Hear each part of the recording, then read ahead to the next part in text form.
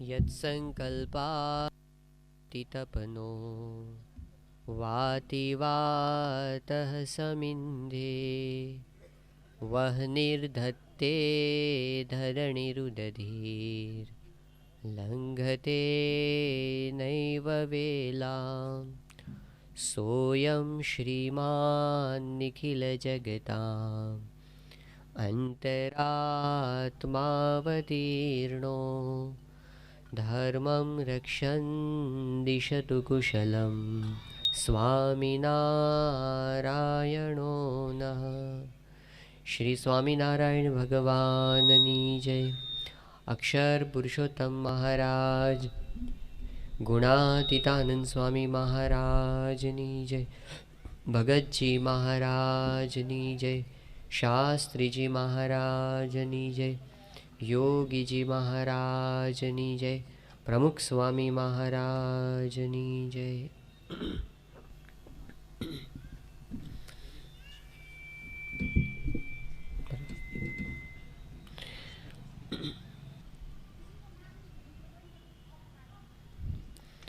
અંતર્દૃષ્ટિ એ વિષયને કેન્દ્રમાં રાખી અને આપણે 3 દિવસથી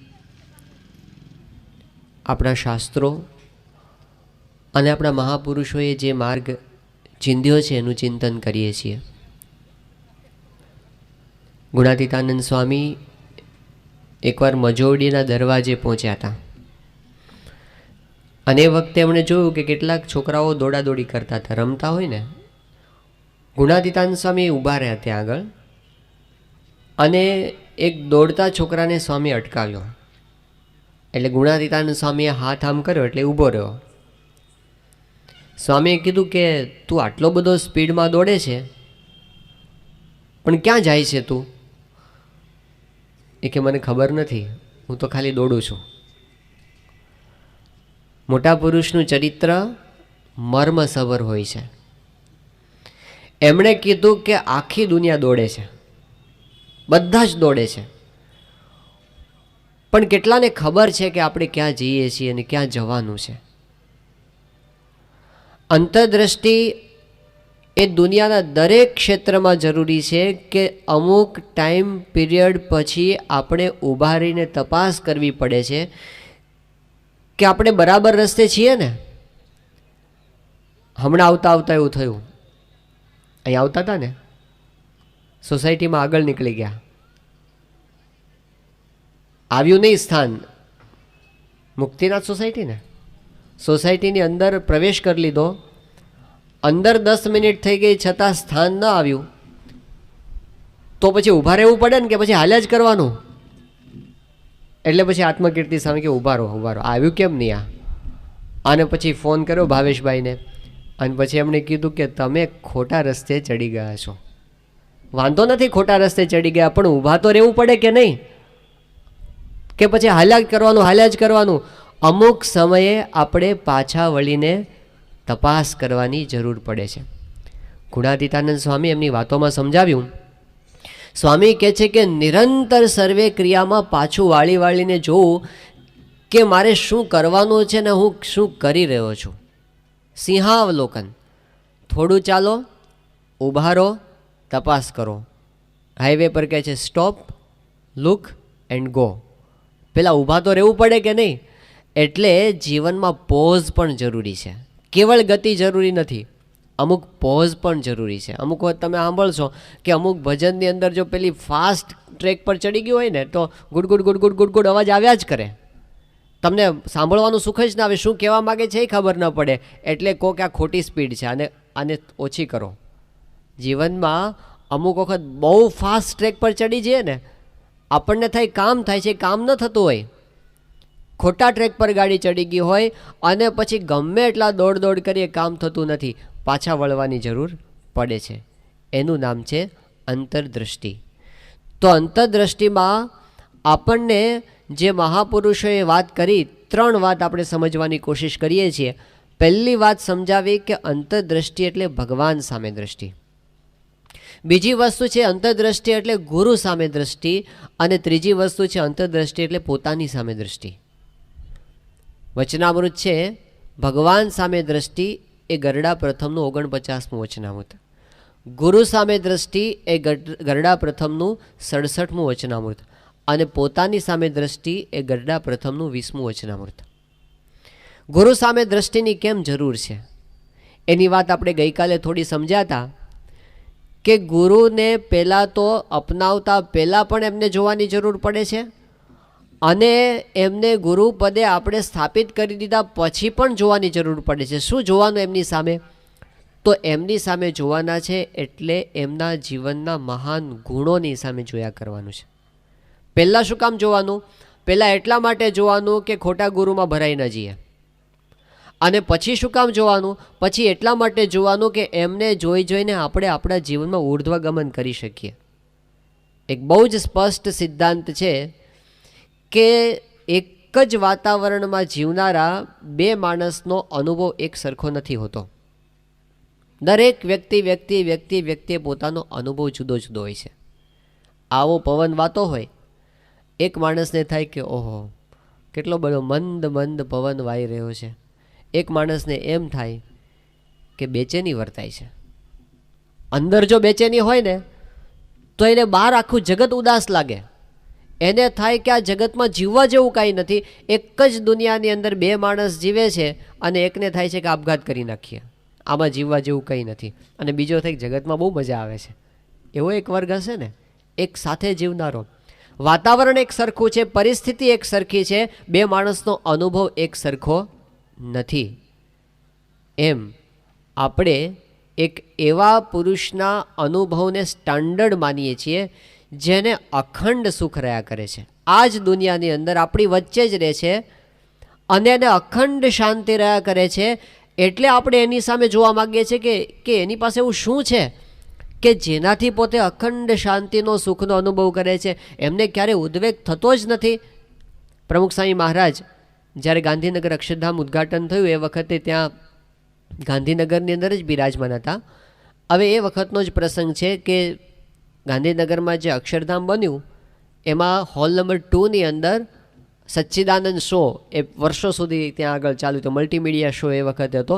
14 સ્ક્રીન ઉપર મલ્ટીમીડિયા પ્રેઝન્ટેશન થતું હતું અને આખા ભારતની અંદર એ વખતે આ સૌથી પહેલો પ્રયોગ હતો કે આવો આધ્યાત્મિક સંદેશ આવા માધ્યમથી આપવામાં આવતો હોય. તો એ વખતે આ જે ઉદ્ઘાટન થયું ત્યારે એના જે ડાયરેક્ટર હતા પ્રોફેસર ફ્રીચ, આપણે જાણીએ છીએ કે જેક દેશના વતની હતા, એમનો ઇન્ટરવ્યૂ લેવામાં આવ્યો હતો. તો એણે વાત કરી હતી પોતાના અનુભવની કે હું એક એવો માણસ છું કે મેં આખી દુનિયામાં આવા ઘણા બધા રિપ્રેઝન્ટેશન કરનારા શો બનાવ્યા છે જેનો કંઈક થીમ હોય એવા, અને એમાં પણ ઘણા બધા શો એવા બનાવ્યા છે કે કોઈક વ્યક્તિને કેન્દ્રમાં રાખીને બનાવવામાં આવ્યા હોય. એણે કીધું કે હું દુનિયામાં મોટા મોટા પ્રેસિડેન્ટ્સને મળ્યો છું, પ્રાઇમ મિનિસ્ટર્સને મળ્યો છું, કિંગ્સ એન્ડ ક્વીન્સને મળેલો છું અને ઘણા બધાના જીવન વિશે મેં આવા શોઝ બનાવેલા છે. પણ મારો એક અનુભવ હંમેશનો રહ્યો છે કે જ્યારે કોઈ ફોટોગ્રાફિક રિપ્રેઝન્ટેશન કરવાનું હોય ત્યારે કોઈ પણ વ્યક્તિના હું ફોટોગ્રાફ્સ લઉં કે વિડીયો ક્લિપ્સ લઉં તો એણે વાત કરી કે એમાંથી મારે 70% ફોટોગ્રાફ્સ કેન્સલ કરી નાખવા પડે. 30% હું એમાંથી સારા સારા પસંદ કરું જેમાં મારું મન ઠરે. પછી એણે વાત કરી કે આ શો બનાવવામાં મને જુદો અનુભવ થયો કે આ શો માટે મેં પ્રમુખ સ્વામી મહારાજના 600 ફોટોગ્રાફ્સ લીધા, એક પણ ફોટોગ્રાફ હું કેન્સલ કરી શક્યો નથી. એણે કીધું કે તમે જ્યારે એમને જુઓ ને અડધી રાત્રે પણ એમાં સુખ જ આપણને અનુભવાય, શાંતિ જ અનુભવાય, દિવ્યતા જ અનુભવાય, ક્યારેય ઉદાસીનતા તમને અનુભવાય નહીં. એ મેં પ્રમુખ સ્વામી મહારાજની અંદર જોયું. હવે આપણને બધાને પ્રશ્ન થાય કે થાય જ ને, પ્રમુખ સ્વામી મહારાજ તો સાધુ છે, એમને ક્યાં કંઈ ચિંતા છે, એમને ક્યાં આપણી જેવો વ્યવહાર છે, એને ક્યાં બધા પ્રોબ્લેમ્સ બધા સંસારમાં જે પ્રશ્ન છે એવી ક્યાં એમને, એ તો આનંદમાં જ હોય ને, એને જલસા, એમને શું વાંધો છે, એને લાખો માણસો માને ને જય જય કરે ને જલસા કરવાના ને ગાડીમાં ફરવાનું ને આશીર્વાદ આપવાના, એમાં એમને પ્રશ્ન શું છે કે ટેન્શન, એમને ક્યાં દીકરા પરણાવવાના છે, એમને ક્યાં લોન ભરવાની છે, એમને ક્યાં દેવાનો પ્રશ્ન છે, એમને ક્યાં છોકરાને કોલેજમાં એડમિશન અપાવવાનું છે, એમને તો હોય જ ને જલસા. પણ એવું નથી. એમના પ્રશ્નો એ આપણા બધા કરતાં ઘણા વધારે છે. એ પોતે હિમાલયમાં જઈને બેસતા હોય અને ત્યાં બેઠીને ધ્યાન જ કરતા હોય તો આપણે આવી શંકા કરી શકીએ. પણ એવું નથી, એ વ્યવહાર કરે છે. અને વ્યવહાર કરે છે એટલે આપણા કરતાં ઘણો વધારે વ્યવહાર કરે છે. આ સંસ્થામાં તો એવું કહેવાય છે કે 100 ઘરબારી અને 1 મઠધારી. તમારા 100 કુટુંબ ફેમ ભેગા થાય અને એનો જેટલો વ્યવહાર થાય ને એટલો એક આત્મકીર્તિ સ્વામીનો હોય. આપણે ઘરે મહેમાન આવવાના હોય અને લગ્ન લીધા હોય અને 300 માણસને જમાડવાના હોય તો આપણે કેટલા દિવસ અગાઉથી અરે કેટલા મહિનાઓ અગાઉથી ટેન્શનમાં હોય. 300 માણસે જમાડવાના, 300 માણસે જમાડવાના. ત્યાં શાયોના ચાલે છે, એક બાજુ રસોડું આ ચાલે છે સ્ટાફનું.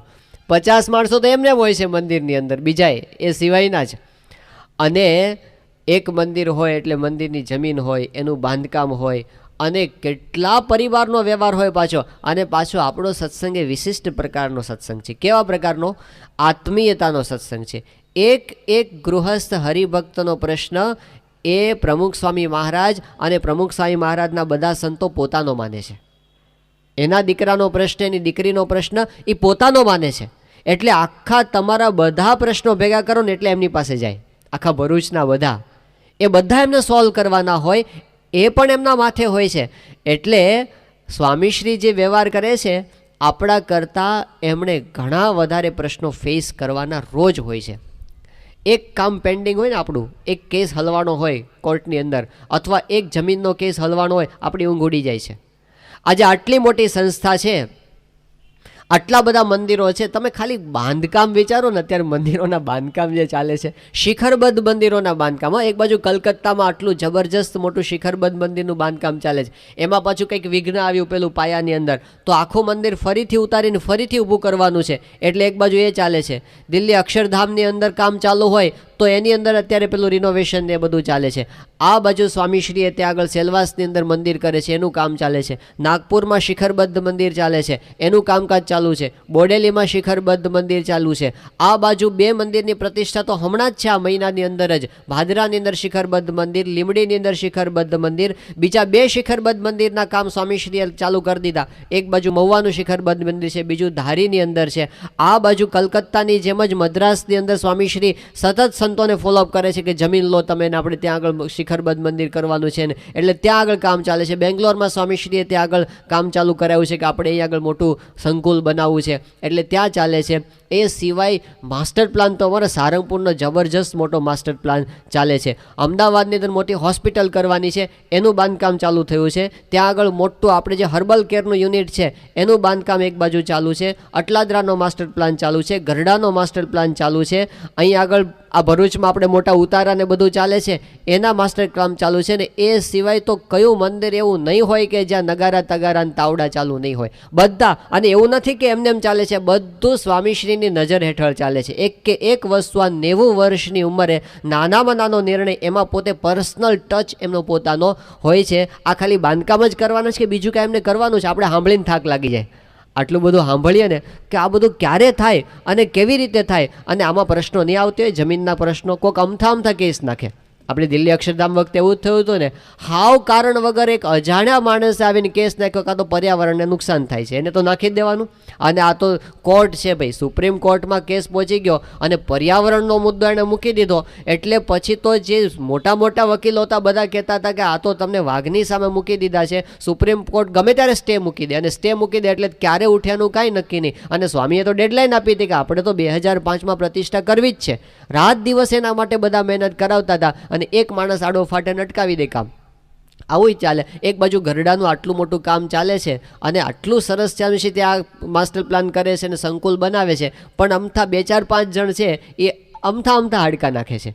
એવાય મળે, કેટલાક વિઘ્ન નાખનારાય મળે, કેસ કરનારાય મળે, તમારા કામ પેન્ડિંગ રહે, તમને પરમિશન ન મળે, એવાય બધા પ્રશ્નો થાય. સરકારી પ્રશ્નો હોય, સંસારના પ્રશ્નો હોય, હરિભક્તો તરફથી અંદર કોકને ન બનતું હોય એ પ્રશ્ન હોય. આજે અમે 850 જેટલા સંતો થયા, એટલે 2-5 દીકરા હોય ને તમારે હાંચવવાના હોય તોય કેટલું બધું ભાર પડે છે આપણને. પણ આ તો 850, અને કોઈક અમેરિકાથી આવ્યા હોય, કોઈ આદિવાસી વિસ્તારમાંથી આવ્યા હોય, કોઈ આફ્રિકાથી આવ્યા, કોઈ લંડનથી આવ્યા, કોઈ બહુ જ ભણેલા હોય અને કોઈ સામાન્ય પણ ભણેલા હોય, કેટલી બધી વેરાયટી અને કેટલા બધા પ્રકારના બધા આમ વિચારધારાવાળા બધા ભેગા થાય, એ બધાને એક સૂત્રતાથી બાંધીને રાખવાના એ પણ હોય છે. એ સિવાય એમને બીજા પણ, આપણને એમ કે મને શરીરનો પ્રશ્ન છે, આપણને એક રોગ લઈને ફરતા હોય ને તો આપણને રાત દિવસ એના વિચારો આવે છે કે આમાંથી કેમ છૂટીએ. સ્વામીશ્રીએ પોતે રોગ પણ ધારણ કર્યા છે. આ એવા પુરુષ છે કે એમણે પોતે 17 પ્રકારના રોગ ધારણ કર્યા છે. એમને હાર્ટ એટેક આવી ગયો છે, આપણને ખ્યાલ છે, બાયપાસ સર્જરી એમની કરાવી લીધી છે, એમને પોતાને ગોલ બ્લેડરનું ઓપરેશન કરાવ્યું છે, ગોલ બ્લેડર કાઢી નાખ્યું છે, ગાંઠનું ઓપરેશન થઈ ગયું છે, એમને ઘણીવાર વાના પ્રશ્નો થયા છે અને અત્યારે પણ છે એમને પોતાને. એ સિવાય 90 વર્ષની ઉંમર એટલે કેટલા બધા ફિઝિકલ પ્રશ્નો બીજા હોય એ પણ એમની પાસે છે. એક ફરિયાદનો શબ્દ નથી, અખંડ આનંદમાં. તમને એવું ના લાગે સ્વામી ક્યારે ઉદાસીનતા છે, એ દ્રષ્ટિ કરીને આપણને આનંદ થઈ જાય. એમના પોતાના અંતરનો આનંદ કેટલો બધો હશે કે એમના દર્શન કરીને આપણને આનંદ થઈ જાય. કોઈ દિવસ રડતું મોઢું નહીં. તો શારીરિક પ્રશ્નો છે, વ્યવહારિક પ્રશ્નો છે, આર્થિક પ્રશ્નો પણ સ્વામીશ્રીએ પોતાના જીવનમાં પસાર કર્યા છે. આપણને એમ થાય કે આપણે આર્થિક પ્રશ્નોમાંથી પસાર થઈએ, એમને શું, એમણે જે આર્થિક સમસ્યાઓ સહન કરી છે ને, પ્રમુખ સાંઈ મહારાજ જ્યારે સારંગપુર મંદિરના કોઠારી હતા એ વખતની વાત, અને કામકાજ ચાલે, એક બાજુ દરવાજાનું કામ ચાલે, નવી હવેલીનું કામ ચાલે, પાવર હાઉસનું કામ ચાલે, કડિયાઓ પૈસા માગ કરે અને કોઠારમાં એક પૈસો સિલકમાં કંઈ જ નહીં. શાસ્ત્રીજી મહારાજ મુંબઈ બાજુ વિચરણ કરતા હતા અને એક આશા હતી કે ત્યાંથી મોકલે, પણ શાસ્ત્રીજી મહારાજે ગરડા મંદિરને કેન્દ્રમાં રાખીને એ વખતે એ બાજુ કંઈક સેવા મોકલી. એટલે આ બાજુ તો બધા માલ લાવવાનો હોય, કોકની પાસેથી ઉછીના લીધા હોય બોટાદથી ને બધેથી, અને લોકોની ઉઘરાણીઓ આવવા માંડી. ઉઘરાણી પર ઉઘરાણી આવે તો સ્વામી કે આપણા વાયદા બધા ખોટા પડવા માંડ્યા હતો, એટલે કે હવે આપણે કંઈક જતા રહીએ. તો સારંગપુર મંદિર છોડી અને સ્વામી પોતે ગોંડલને એ બાજુ, પછી તો બધા હરજીવનદાસ એમના મિત્ર કહેવાય, એટલે કે ચલો આપણી ભાદરા દ્વારકા બાજુનું ભાદરાને બધે જાત્રા કરી આવીએ. તે અઠવાડિયું જાત્રા કરી આવ્યા. પછી શાસ્ત્રીજી મહારાજને ખબર પડી, એમણે કીધું કેમ જતા રહ્યા હતા, કે તમે પૈસા મોકલો નહીં ને આ લોકોને અમારે જવાબ શું આપવો, એટલે જાત્રા કરવા જતા રહ્યા. અને પછી પાછા આવ્યા શાસ્ત્રી મહારાજ કે હવે તમે રહો, અમે બધી વ્યવસ્થા કરશું. તો આર્થિક સમસ્યાઓ પણ એમણે પોતાના જીવનમાં સહન કરી છે. અને અપમાનો તો આપણા કોઈને ના થયા હોય ને એવા અપમાનો એમના થયા છે. કોઈને આપણા કોઈના નથી થયા એવા. એમને જે રીતે ખોટી રીતે પરેશાન કરવામાં આવ્યા છે ને, તમે વિચાર કરો કે દર અઠવાડિયે કોઈ તમારા વિશે સાવ ખોટા આક્ષેપો લખે અને એની પત્રિકાઓ આપે, એને છાપામાં આપે. આના 20 વર્ષ સુધી ચાલે, 20 વર્ષ સુધી, અને હાવ ખોટા અને એટલી ખરાબ ભાષામાં લખવામાં આવે. કોઈક આટલા મહાન સંત અને કોઈક ફિલ્મની હિરોઈન સાથે એના ફોટા મૂકવામાં આવે, આમ બાજુમાં એનો ચોંટાડે, આનો ચોંટાડે, ગાળો લખે નીચે. આવી પત્રિકાઓ કેવળ દ્વેષભાવથી, જે પુરુષે કીડી જેવા જીવને પણ પોતાના જીવનમાં ક્યારેય દુભવ્યા નથી એવા સંતને એના પૂતળા કરીને બાળવામાં આવે. આ વિરોધ તો આ સંસાર છે. રામચંદ્ર ભગવાનનો વિરોધ થયો છે એમના વખતની અંદર, કૃષ્ણ ભગવાનનો એના વખતની અંદર વિરોધ થયો છે, નરસિંહ મહેતાનો એના વખતની અંદર વિરોધ થયો છે, મીરાબાઈનો એના વખતની અંદર વિરોધ થયો છે, મહારાજના 5 પરમહંસોને એમના વખતમાં વિરોધ થયો છે, ગુણાતીતાનંદ સ્વામીનો વિરોધ થયો, ભગતજી મહારાજનો વિરોધ થયો, શાસ્ત્રીજી મહારાજનો વિરોધ થયો, યોગીજી મહારાજનો વિરોધ થયો. આ બધા મહાન પુરુષોને આપણે તો શું અપમાન સહન કર્યા છે. આપણને લાગી આવે છે નાની નાની વાતની અંદર કે હું તો બહુ દુઃખી છું અને મને બહુ મારે સહન કરવું પડ્યું. આપણે કાંઈ સહન કરવું પડ્યું નથી. આ મોટા પુરુષ સામે દ્રષ્ટિ એટલા માટે કરવાની, આ બધામાંથી પસાર થાય છે ને છતાં આનંદમાં રહે છે. અને આપણે કેમ દિવસમાં 10 વાર સોગિયું મોઢું કરીએ છીએ? આપણને કેમ એમ થાય છે કે હું બહુ દુઃખી છું? અંતરદ્રષ્ટિ એ કરવાની, એમની સામે જોઈને આપણે સુખી રહેતા શીખવાનું છે કે આ સંસાર છે, પ્રશ્નો આવવાના. પણ આપણી 2 ભૂલ થાય છે મોટી. એક ભૂલ તો એ થાય છે કે આપણે નાના પ્રશ્નોને બહુ મોટા માની લઈએ છીએ. નાના પ્રશ્નોને બહુ મોટા માની લઈએ છીએ. આ એમ્પ્લીફાયર છે ને, શું કામ કરે છે? અવાજ મારો નાનો છે, તમને મોટો કરીને સંભળાવે છે, એમ્પ્લીફાય કરે છે. આપણે આપણા પ્રોબ્લેમને એમ્પ્લીફાય કરતા શીખ્યા છીએ. એક વખત આપણને માથું દુખવાનું શરૂ થયું, ખબર છે માથું દુખે છે, પણ તમે 10 જણા પાસે એકને એક વાત ગા કરો ને, આ તો માથું દુખે છે, માથું દુખે છે, માથું દુખે છે, એ ગા ન કરવાનું હોય. આપણે આપણા પ્રશ્નોને બહુ વધારે મહત્ત્વ આપી દઈએ છીએ. નાની વાતને આપણે જાજુ મહત્ત્વ આપતા શીખ્યા કે હવે આપણા બાપ દાદા હતા અને આપણને ખબર છે કે એ લોકો ખેતરની અંદર ઢેફા પર સૂઈ જતા હતા. બરાબર છે ને? આપણે અત્યારે સુવિધા થઈ છે. લગભગ કોઈ ભક્તનું ઘર એવું નહીં હોય કે એના ઘરે પંખો નહીં હોય. આજથી 30 વર્ષ પહેલાં પંખો લક્ઝરી ગણાતો હતો. પંખો ઘરમાં હોય એ તો બહુ મોટી વાત કહેવાય. એ વખતે આપણે પંખા વગર પણ જીવી શક્યા ને. એની પહેલાં આપણા બાપ દાદા જીવી ગયા ને પંખા વગર. હવે અત્યારે એક દિવસ લાઇટ જાય ને ખાલી બપોરે, અને આપણે દિવસ કાઢવાનો હોય ને, રહેવાય નહીં આપણાથી. આપણી સહન શક્તિ ઓછી થતી જાય છે જુઓ. અને આપણા દુઃખ એ વ્યવસ્થા ઓછી છે એના પ્રશ્નો નથી, સહન શક્તિ ઓછી છે એના પ્રશ્નો છે. કે પહેલાં તો શિક્ષક મારતા, સોટી આવે ચમચમ તો વિદ્યા આવે રમઝમ. હવે હાથ ઉપાડે. આ બધા હ્યુમન રાઇટ્સ શીખી ગયા છે પાછા. એ બધા કે નોકરીમાંથી ઘર ભેગા કરી દઈશ, આ બાળકો બોલતા થઈ ગયા બધા. હવે સહન થાય. પહેલાં બાપ દીકરાને ગમે તે કહી શકે, ઠપકારી શકે, અને હવે કોઈની તાકાત છે? અમદાવાદની અંદર તો પેલો છોકરો આમ વાળ માથું ઓળતો હતો, ભીના વાળ હતા, અને એના બાપુજી પૂજા કરવા બેઠા હતા. એના ઉપર પાણીના છાંટા ઉડ્યા એટલે ખાલી બાપે એટલે કીધું, ભાઈ તને ખબર નથી પડતી, આ પૂજા કરવા બેઠો છું, આ ભગવાનની મૂર્તિ છે, એના ઉપર છાંટા ઉડે છે પાણીના, આટલી ખબર પડતી નથી? અને પેલા એ ધડ દઈને બાપને લાફો મારી દીધો. સહન નહીં કરું હું આધુનિક જમાનાનો યુવાન છું. આધુનિક જમાનાની તાસીર આ છે, કાંઈ સહન કરવું નહીં. નાની વાતને પણ મોટી કરી બતાવી. પેલા ફાધર વાલેસે લેખ લખ્યો છે, ફાવતું નથી. છોકરો ભણવા ગયો હોસ્ટેલની અંદર, મહિનામાં પાછો આવ્યો. પૂછ્યું બાપે કે કેમ? એ કે બસ ફાવતું નથી. પણ શું? પણ કંઈ કારણ તો બતાવો. કે બસ નથી ફાવતું. પછી કંઈ પૂછવાનું નહીં. દીકરી સાસરે ગઈ, 2 મહિનામાં પાછી આવી. કેમ? ફાવતું નથી. પણ કારણ તો બોલ. નથી ફાવતું. પછી કાંઈ બોલવાનું નહીં, દયા જ ખાવાની. આપણી પોતાની જાતની દયા ખા કરવાની, સહન કરવાનું નહીં.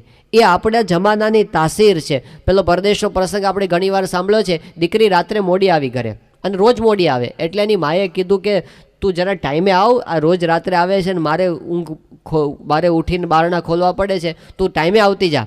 તો એની દીકરીએ પોલીસમાં કેસ કર્યો કે મારી મા મને ટોર્ચરિંગ કરે છે. મારી મા મને, આટલું ના કહેવાય, ટોર્ચરિંગ કરે છે. અને પરિણામ એ આવ્યું કે એને માને માથે કેસ થયો, એને દંડ ભરવાનો થયો. તો આપણે પોતાના પ્રશ્નોને એમ્પ્લિફાય કરીએ છીએ ને, એ આપણો મોટો પ્રશ્ન. કે મને આ ભાઈને જેવા ચશ્મા છે ને એવા મારી પાસે ચશ્મા નથી, આમની પાસે જેવા ચશ્મા છે ને એવી ફ્રેમ મારી પાસે નથી. હવે એ તો વિચાર કે કેટલાકની પાસે આંખ જ નથી. મારે આવા ચશ્મા તો છે, આંખ વગરના. હવે આની પાસે જેવા રિબોકના શૂઝ છે ને એવા બૂટ મારી પાસે નવા નથી. હવે કેટલાક લોકોને પગ જ નથી. એનો તો વિચાર કર. આપણે આપણા પ્રશ્નોને બહુ વધારે મહત્ત્વ આપ્યું છે. મોટા પુરુષ સામે જોવાનું એટલા માટે કે આપણે એમનામાંથી એ શીખીએ છીએ, એ પોતાના પ્રશ્નોને મહત્ત્વ નથી આપતા. સંઘર્ષની અંદર એ પોતે કેમ આનંદમાં રહી શકે છે? આ અંતરદ્રષ્ટિ આ છે કે એ કેમ મુશ્કેલીવાળી પરિસ્થિતિમાં પોતે આનંદમાં રહી શક્યા, આટલા અપમાનોની વચ્ચે આનંદની અંદર રહી શક્યા, એમને લોકોએ હળધૂત કરીને કાઢી મૂક્યા તોય આનંદમાં રહી શક્યા. અને આપણે કેમ સોગ્યા રહીએ છીએ? અને એમને ફિઝિકલી જેટલા કષ્ટો પડ્યા એટલે આપણે ક્યાં પડ્યા છીએ? એ તો સ્વામીશ્રી જે રીતે ગામડે ગામડે પોતે માથે પોટલા લઈને ફર્યા છે, નિર્જળા ઉપવાસની અંદર સ્વામી 121 ઘરે 102 ડિગ્રી તાવ સાથે ફર્યા છે, એટલું ફિઝિકલ પેઇન પણ આપણને ક્યાં કોઈ દાડો સહન કરવાનું થયું છે?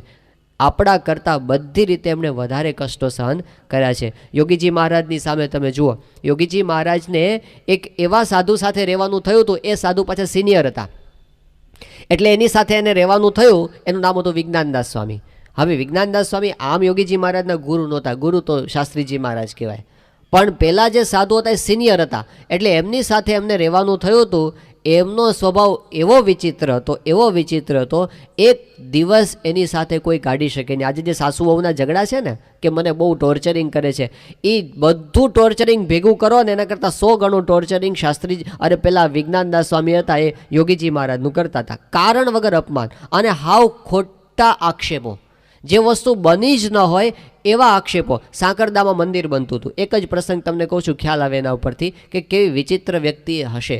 કે સાંકરદામાં મંદિર બનતું હતું. તો મંદિર બનવા માટે બધું કામકાજ ચાલતું હોય તો બધા સંતોય અંદર સેવા કરતા હતા. હવે એમાં બન્યું એવું કે ઉપર એક કોષ પેલી જરૂર પડી, એટલે નિસરણી મૂકી હતી. એટલે વિજ્ઞાનદાસ સ્વામી એક છોકરાને કીધું, નાનો છોકરો હશે 10 વર્ષનો, અને કીધું તું કોષ લઈ આવ. એના કહેવાથી પોતે કોષ લઈને ઉપર ચડતો હતો અને ઉપર ચડતા ચડતા પડ્યો હેઠે અને છોકરાને વાગ્યું. અને પેલા સાધુએ જોયું કે આ છોકરાને વાગ્યું છે અને કારણ વગર યોગીજી મહારાજની પણ તૂટી જ પડ્યા. જોગી, ભાન પડે છે આ છોકરાને આવું કામ હોપાય?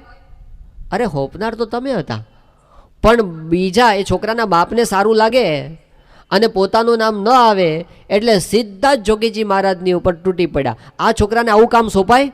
અરે વાગે બિચારાને, કેવું થાય, આમ થાય તેમ થાય. એનો બાપે કીધું કે સ્વામી રહેવા દો, કંઈ વાંધો નહીં, છોકરાને કંઈ જાજુ વાગ્યું નથી, એનો વાંધો નહીં, થઈ જશે. જોગીજી મહારાજ હાથ જોડીને ઊભા રહ્યા. પોતાની સ્પષ્ટતા પણ એમણે કરી નથી.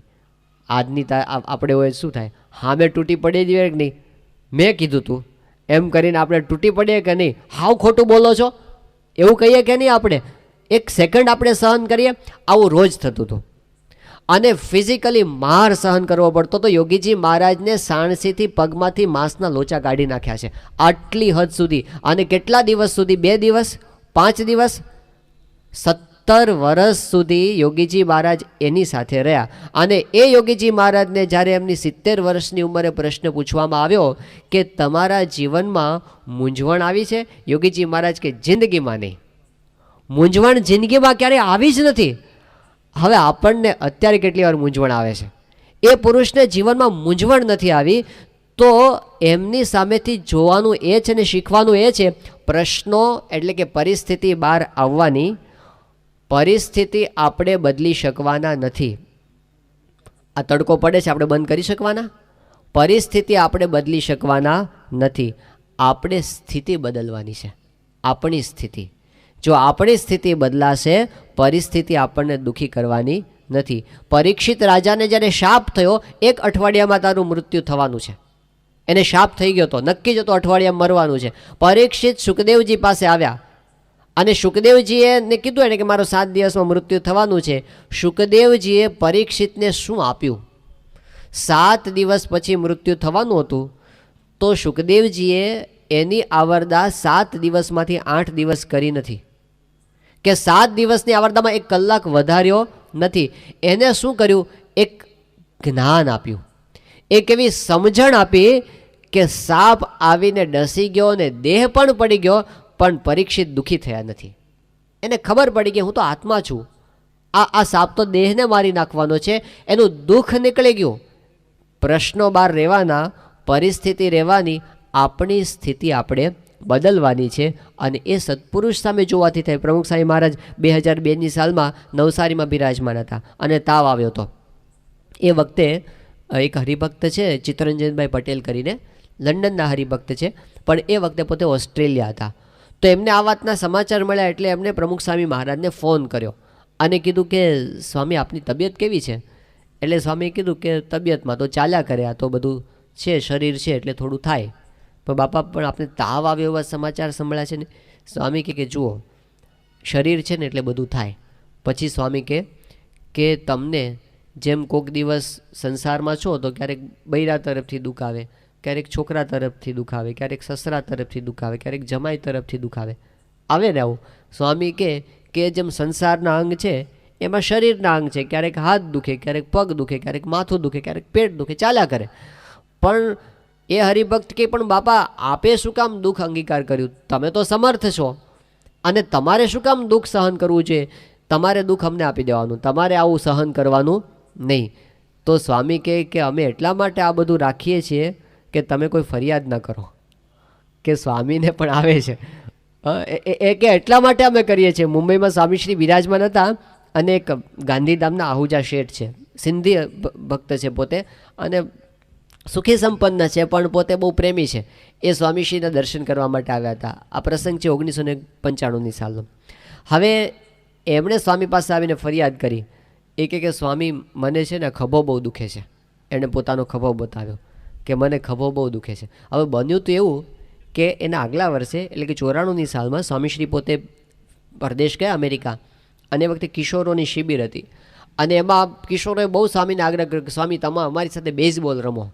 એટલે પેલું બેઝબોલનું બેટ હતું અને બહુ આગ્રહ કર્યો એટલે સ્વામી એક ફટકો માર્યો હતો, પણ સ્નાયુ ખેંચાઈ ગયો હતો. એને લીધે 1 વર્ષ સુધી સ્વામીને એનો દુખાવો હાથમાં રહ્યો હતો.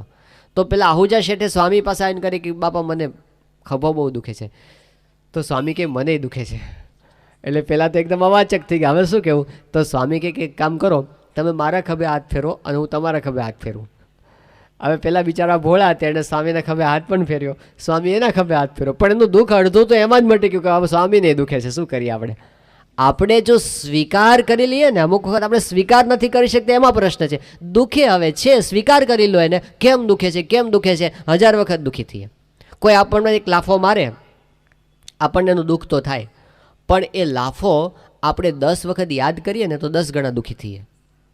પછી ફરી આપણે યાદ કરીએ એટલે એટલું જ દુઃખ ફરી વાર 10મી વખત યાદ કરીએ એટલે 10 ગણું સહન તો આપણે પોતે કરીએ છીએ, અણસમજણે કરીને, આપણા અજ્ઞાને કરીને. એટલે ગુણાતીતાનંદ સ્વામી એમની વાતમાં લખ્યું છે, સ્વામી કે આ સંસારમાં 2 દુઃખ છે.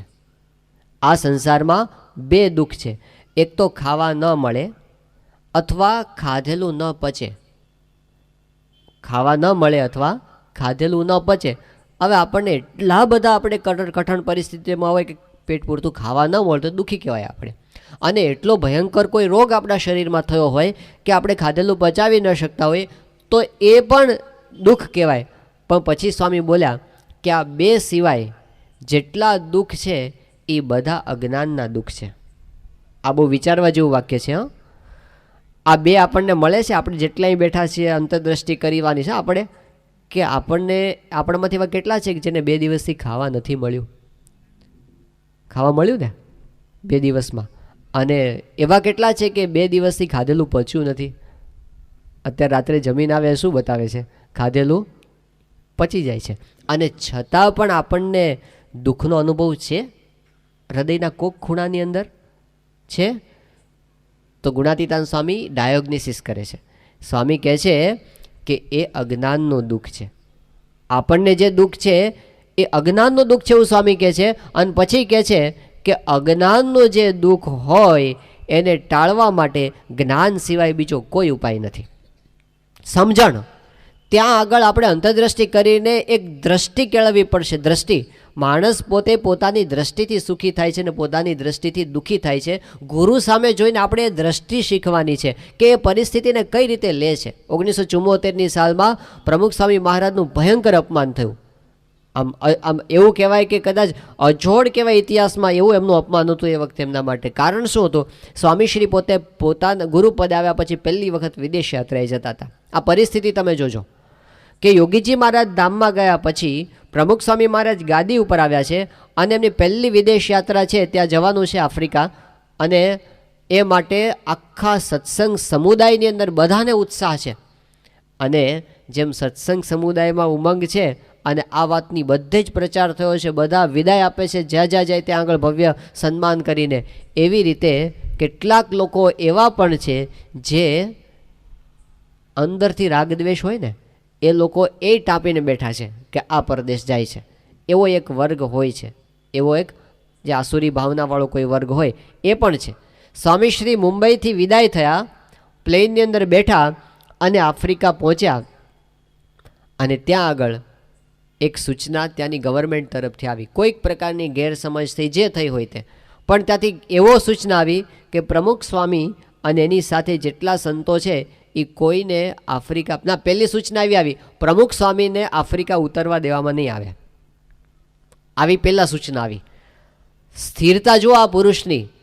આમ જે આંચકો લાગે એવા સમાચાર છે ને, પ્લેન ઊભું છે, બધા યાત્રિકો ઉતરી ગયા છે, સામે જ 100 ફૂટ દૂર બધા હરિભક્તો સ્વાગત માટે ઊભા છે અને સૂચના એવી આવે છે પ્રમુખ સ્વામીને આફ્રિકાની ધરતી પર ઉતરવાનું નથી, હા કેન્યાની ધરતી ઉપર. સ્વામીશ્રી 1 મિનિટમાં નિર્ણય લઈ લે છે. બધા સંતોને સ્વામી કહે છે કે જુઓ હરિભક્તો બધા આવી ગયા છે, તમે બધા સંતો નીચે ઉતરી જાઓ, હું ઇન્ડિયા પાછો જાઉં છું, તમે જાઓ, તમે સત્સંગ કરાવો. અને બીજી મિનિટે પાછો નિર્ણય આવ્યો, પાછું ફરી કાગળ આવું કે પ્રમુખ સ્વામી અને એની પાર્ટી કોઈને ઉતરવાનું નથી. સ્વામી કે ચાલો આપણે ઇન્ડિયા પાછા. લેશ માત્ર એમના ચહેરા પરની રેખા બદલાણી નથી. ડૉક્ટર સ્વામી એ વખતે ભેગા હતા અને ડૉક્ટર સ્વામી આ પ્રસંગનું વર્ણન કરે છે અને કહે છે કે અમારી પરિસ્થિતિ કેવી હતી એમ કરીને વર્ણન કરે છે કે અઠવાડિયાની ઉતરેલી કઢી પીવડાવી હોય અને એના ઉપર વાટકો ભરીને દિવેલ પીવડાવ્યું હોય અને જેવી પરિસ્થિતિ થાય એવી હતી. સ્વામીશ્રી પ્રફુલ્લિત હતા. એ વખતે કોઠારી સ્વામીએ સ્વામીશ્રીને ડાયરી આપી અને સ્વામીએ ડાયરીમાં આશીર્વાદમાં લખ્યું, પોતાને આત્મારૂપ માને તો કોઈ દુઃખ જ નથી. શું અપમાન ને શું માન. સ્વામીશ્રી ઇન્ડિયા આવ્યા. આ બાજુ કોઈ હરિભક્તોને ખબર નથી. મોડી રાત્રે પ્લેન આવ્યું. સ્વામી પોતે દાદર મંદિરે પહોંચ્યા અને રાત્રે પહોંચીને બધા જ, એક તો થાકનું દુઃખ અને બીજું અપમાનનું દુઃખ, આ બે ભેગા થયા. બધા ઢળી પડ્યા. એક પ્રમુખ સાંઈ મહારાજ જાગતા હતા. શેના માટે? કે આપણે જે ભગવાન ઠાકોરજી હરિકૃષ્ણ મહારાજને ભેગા લઈ ગયા, આપણે એમને આખો દિવસ થાળ ધરાવી શક્યા નથી. સ્વામીએ તાત્કાલિક ઘનશ્યામ પ્રસાદ સ્વામીને કીધું, શીરો પૂરીને રસોઈ પાક્કો થાળ બનાવડાવ્યો. રાતના 1:30 વાગે સ્વામીશ્રીએ થાળ ધરાવ્યો, પોતે દંડવત કર્યા, ભગવાનની માફી માગી અને પછી સ્વામી આરામની અંદર ગયા.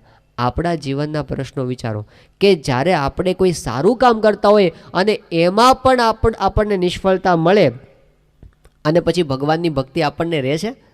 આપ સ્વામી ફરિયાદ ન કરી શક્યા હો ઠાકોરજી પાસે કે અમે તમારું કામ કરવા માટે જઈએ છીએ અને છતાં તમારું અપમાન, ભૂખ્યા રહો, જાઓ હોઈ જાઓ, એવું ન કહીએ આપણે ભગવાનને.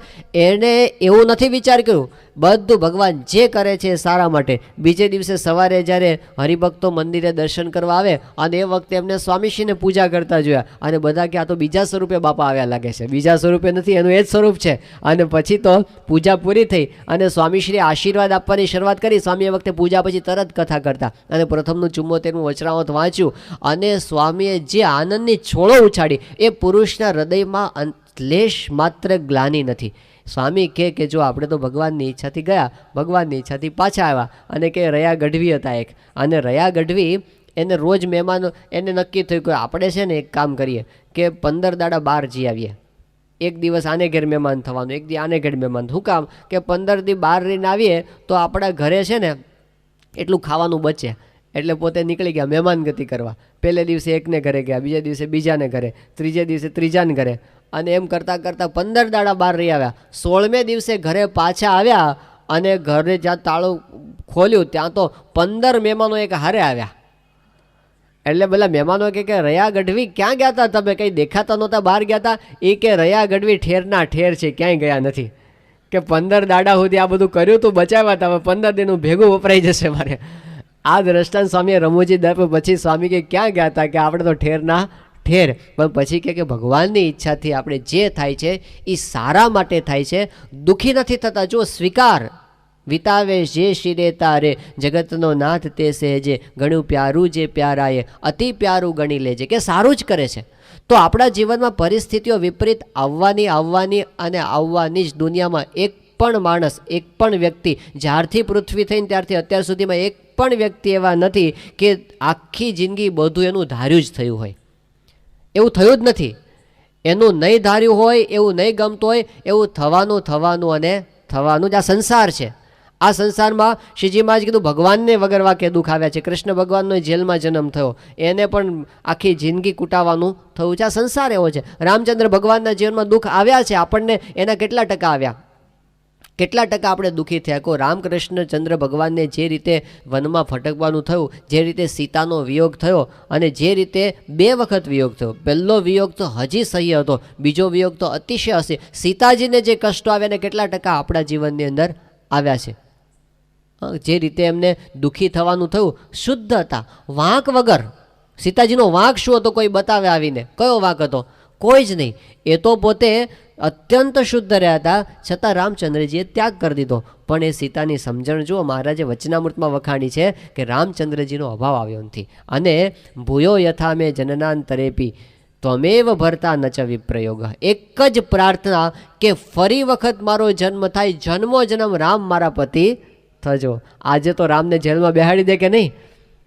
એટલા બધા કાયદાઓ એવા છે આજે તો, બધું વિમેન ફેવર કરે એવા કે જેલમાં જ બેહાડી દે. આ ખોટે બેહાડી છે ને. તો આવા હાંચો હોય અને આવી રીતે કર્યું હોય તો શું દશા કરે એની. પણ સહન શક્તિની હદ આવી ગઈ છે. તો આપણે બે વાત કરતા હતા. આપણી ભૂલો ક્યાં થાય છે? એક તો આપણા પ્રશ્નોને આપણે એમ્પ્લિફાય કરીએ છીએ. એ આ પુરુષની સામે, ગુરુ સામે જોવાનું શું છે કે એ પ્રશ્નોને આપણે નિગ્લેક્ટ કરતા શીખીએ. પ્રશ્ન છે આવે, હસતા હસતા વધાવી લો એને. એક આ. અને બીજી વસ્તુ શું થાય છે કે આપણે આપણા જીવનની પોઝિટિવ બાજુને જોતા નથી. સવારે ઉઠતા વેત આપણને વિચાર એ આવે છે કે આપણે પ્રશ્નો કેટલા છે, મારે કેટલા પ્રોબ્લેમ છે એના વિચાર આવે છે, મને કેટલું ભગવાને આપ્યું છે એનો વિચાર આપણને ઉઠતા વેત આવતો નથી. નેગેટિવ વસ્તુ આપણે વધારે જોઈએ છીએ, પોઝિટિવ વસ્તુ જોતા નથી. હા, મેં કેટલી વસ્તુ આપણને ભગવાન આપી દીધી. આ શરીર આપ્યું, આ કૂતરાને ફરતા જુઓ, વિચાર આવે છે કે મને એમાંથી કાઢીને ભગવાને આ આપ્યું, તો નથી એના કરતાં વધારે સુખી આપણે? દુનિયાની અંદર તમે હોસ્પિટલમાં આંટો મારો, કેવા ભયંકર ભયંકર પીડાની અંદર લોકો રીબાતા હોય છે.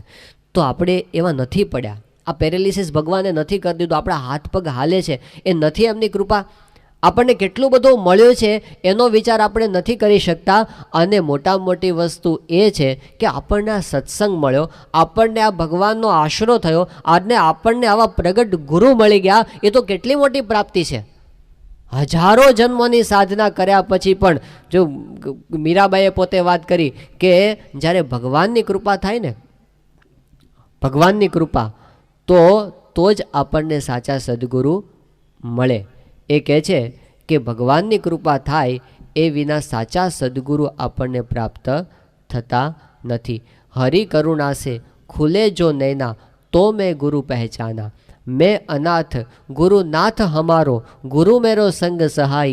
हरि मिलायो गुरु मुझे, गुरु ने हरि की शरण लगाई.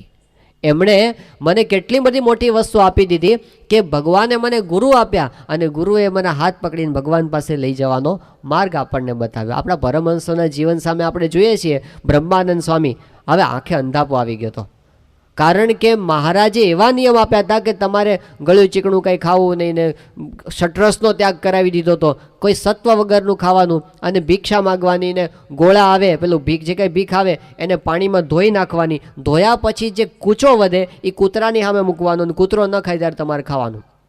આટલી હદ સુધી એમની કસોટી કરી તો પરમહંસો રતાંજળા થઈ ગયા. સત્વ જતું રહ્યું, આંખે દેખાતું બંધ થઈ ગયું, અને કુંડળની અંદર બિરાજમાન હતા. મહારાજ પોતે આવ્યા કે પરમહંસો આવ્યા છે, પરમહંસોને ગામમાં ઉતારો કરવાનો અધિકાર નહોતો, એટલે મહારાજ પોતે ત્યાં આગળ આવ્યા બહાર, અને ગામની બહાર આવીને બ્રહ્માનંદ સ્વામીની પાસે આવીને બેઠા, અને બ્રહ્માનંદ સ્વામીને કીધું કે બ્રહ્માનંદ સ્વામી કીર્તન ગાઓ તમે. એટલે બ્રહ્માનંદ સ્વામીએ કીધું, કોઈ દેખતા હો તો મારી સરોદ લાવો. દેખતા નહોતા કોઈ. મહારાજ કે આવું કેમ બોલે છે? અરે મહારાજ, આ મંડળના મોટાભાગના સાધુ એવા છે જેને રાતે દેખાતું નથી. અને પછી સરોદ લાવ્યા, અને બ્રહ્માનંદ સ્વામીએ કીર્તન લલકાર્યું કે રાજ મારે દિન દિન દિવાળી રે, ખર્ચું ને. એને વાત કરી કે અજવાળ્યા તમ સારું ઓરડિયા, મેં તો ઝાડી લે નંગ જડિયા રે. હવે વગડો હતો, ઓરડાઈ નહોતા, ને જાળી નહોતી, ને નંગે નહોતા, કશું નહોતું, અને ગાય છે શું? રાજ મારે દિન દિન દિવાળી, વાલા મળતા તમને વનમાળી. કે તમે મળ્યા ને, અમારે રોજ દિવાળી છે. આટલી કઠણ પરિસ્થિતિમાં પણ પોતે દિવાળી માની શકે છે. નિષ્કુળાનંદ સ્વામી જ્યારે આમ ભટકતા હતા ગલીએ ગલીએ, સુવા માટેનું સ્થાન નહોતું, દુકાનની પાટીએ પડી રહેતા હતા, ઘેલા નદીની રેતીમાં પડી રહેતા હતા, અને એ વખતે એમ કહે છે કે ભાગ્ય જાગ્યા રે આજ જાણવા, થયા કોટી કલ્યાણ, ઉધારો ન રહ્યો એનો, પામ્યા પ્રભુ પ્રગટ પ્રમાણ. અને એમાં શું કહે છે ખબર છે? કે રાખપણું તો રહ્યું નહીં, કોઈ માં કહેશો કંગાલ, કોઈ માં કહેશો કંગાલ, નિર્ધનિયા તો અમે નથી, મહામળ્યો છે માલ, મહામળ્યો છે માલ, ભાગ્ય જાગ્યા રે આજ જાણવા. ભગવાન મળી ગયા છે, એનો જ અમને આનંદ છે. પેલા માવા ભગત હતા, અને પોતે ત્યાં આગળ બિરાજમાન હતા, અને સૂકો રોટલો ખાતા હતા. અને એ વખતે કોઈએ પૂછ્યું કે અરે માવા ભગત, આ હાવ સૂકો રોટલો ને પાણી તમારા ભાગ્યની અંદર? એ વખતે માવા ભગત બોલ્યા કે લુખ્ખું તો આખી દુનિયા ખાય છે, હું તો ભગવાનને સંભાળીને ખાઉં છું, હું ક્યાં દુઃખી છું? શું કામ આપણે આપણી જાતને દુઃખી માનીએ? બરાબર છે, પ્રશ્ન આપણા જીવનમાં છે ને કોઈ ના નથી, છે જ. આપણને આર્થિક પ્રશ્ન છે, એ છે. કૌટુંબિક પ્રશ્ન છે, એ પણ સાચી વાત છે. આપણા શરીરમાં રોગ છે, એ પણ સાચી વાત છે. કોઈ આપણું અપમાન કર્યું, એ પણ સાચી વાત છે. એ બધું જ સાચું છે, પણ આપણને એક એવા સંત મળ્યા છે જેના રોમે રોમની અંદર ભગવાન બિરાજમાન છે, એ પણ સાચી વાત છે. આ પ્રમુખ સ્વામી મહારાજ એવા સંત છે, સ્વામિનારાયણ ભગવાને વચનામૃતમાં કીધું આવા સંતના દર્શન થાય ત્યારે એમ જાણવું મને સાક્ષાત ભગવાનનું દર્શન થયું. તો આપણે એ પણ સાચું કેમ નથી માનતા? એ પણ સાચું છે. અને જો આ બે વસ્તુ સાચી હોય, યોગી બાપાએ પોતે આશીર્વાદ આપેલા છે, પ્રમુખ સ્વામીના શબ્દો જેના કાને પડ્યા એનું આત્યંતિક કલ્યાણ થઈ ચૂક્યું છે. આ વાત જો સાચી હોય, આપણી પાસે ધારો કે 50,000 કરોડ રૂપિયાની મિલકત હોય, નાની વાત શું કામ કરીએ? આપણને નાની વાત કરવાની ગુણાતીયન સ્વામી ના પાડી છે. 50,000 કરોડ રૂપિયા, થોડુંક માનજો કે આમ જ છે, થોડીક વાર વિઝ્યુલાઇઝ કરો, આટલા છે, ગપ્પા નથી, છે એવું માનો તમે.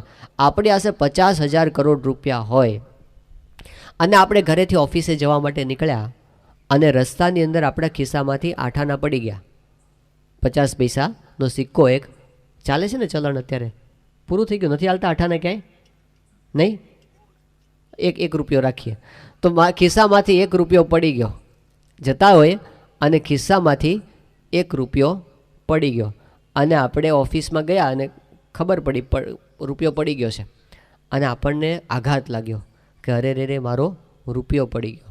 અને પછી આપણને એટલું બધું દુઃખ થયું ને તે આપણને રડવું આવી ગયું અને રડવાનું આપણે ચાલુ કર્યું તે ક્યાં સુધી ખબર છે? બીજે દિવસે સવાર સુધી એટલું બધું આપણને રડવું આવ્યું. બીજે દિવસે મારો રૂપિયો પડી ગયો અને બીજે દિવસે આપણે ઓફિસે જતા હોય ને તે બીજો રૂપિયો પડી ગયો, તે ફરી પાછા રડ્યા, તે આખી રાત, તે ત્રીજે દિવસે ત્રીજો રૂપિયો પડી ગયો. આ સંસાર એવો છે ને, રોજ 1 રૂપિયો પડી જશે. તમે ગમે એટલી હરખી ગાડી હલાવતો કોક લાઈન ભટકાવશે. આ સંસારમાં રોજ 1 રૂપિયો પડી જશે. એને માટે રડવું હોય તો 2 મિનિટ રડી લેવાનો, વાંધો નથી, પણ 24 કલાક આપણે એના દુઃખની અંદર જ રહીએ તો પેલા 50,000 કરોડ રૂપિયા પડ્યા છે એને માણવાના ક્યારે? એનું સુખ ક્યારે ભોગવવાનું? આવશે પ્રશ્ન, પણ એ પ્રશ્નનું સોલ્યુશન કરવા માટે આપણાથી બનતો પ્રયત્ન કરીએ, પછી નાખો બધું ભગવાન ઉપર, આખો દેનો ભાર માથે લઈને નહીં ફરવાનું. એ આપણને સત્પુરુષ શીખવાડે છે. પ્રોબ્લેમ તો એમની સામે હજારો અત્યારે પડ્યા છે. આ સંસ્થાની સામે ખોટા કેસ કરાયા હોય એવા 50 કેસ તો અત્યારે પડ્યા હશે, સાવ ખોટા.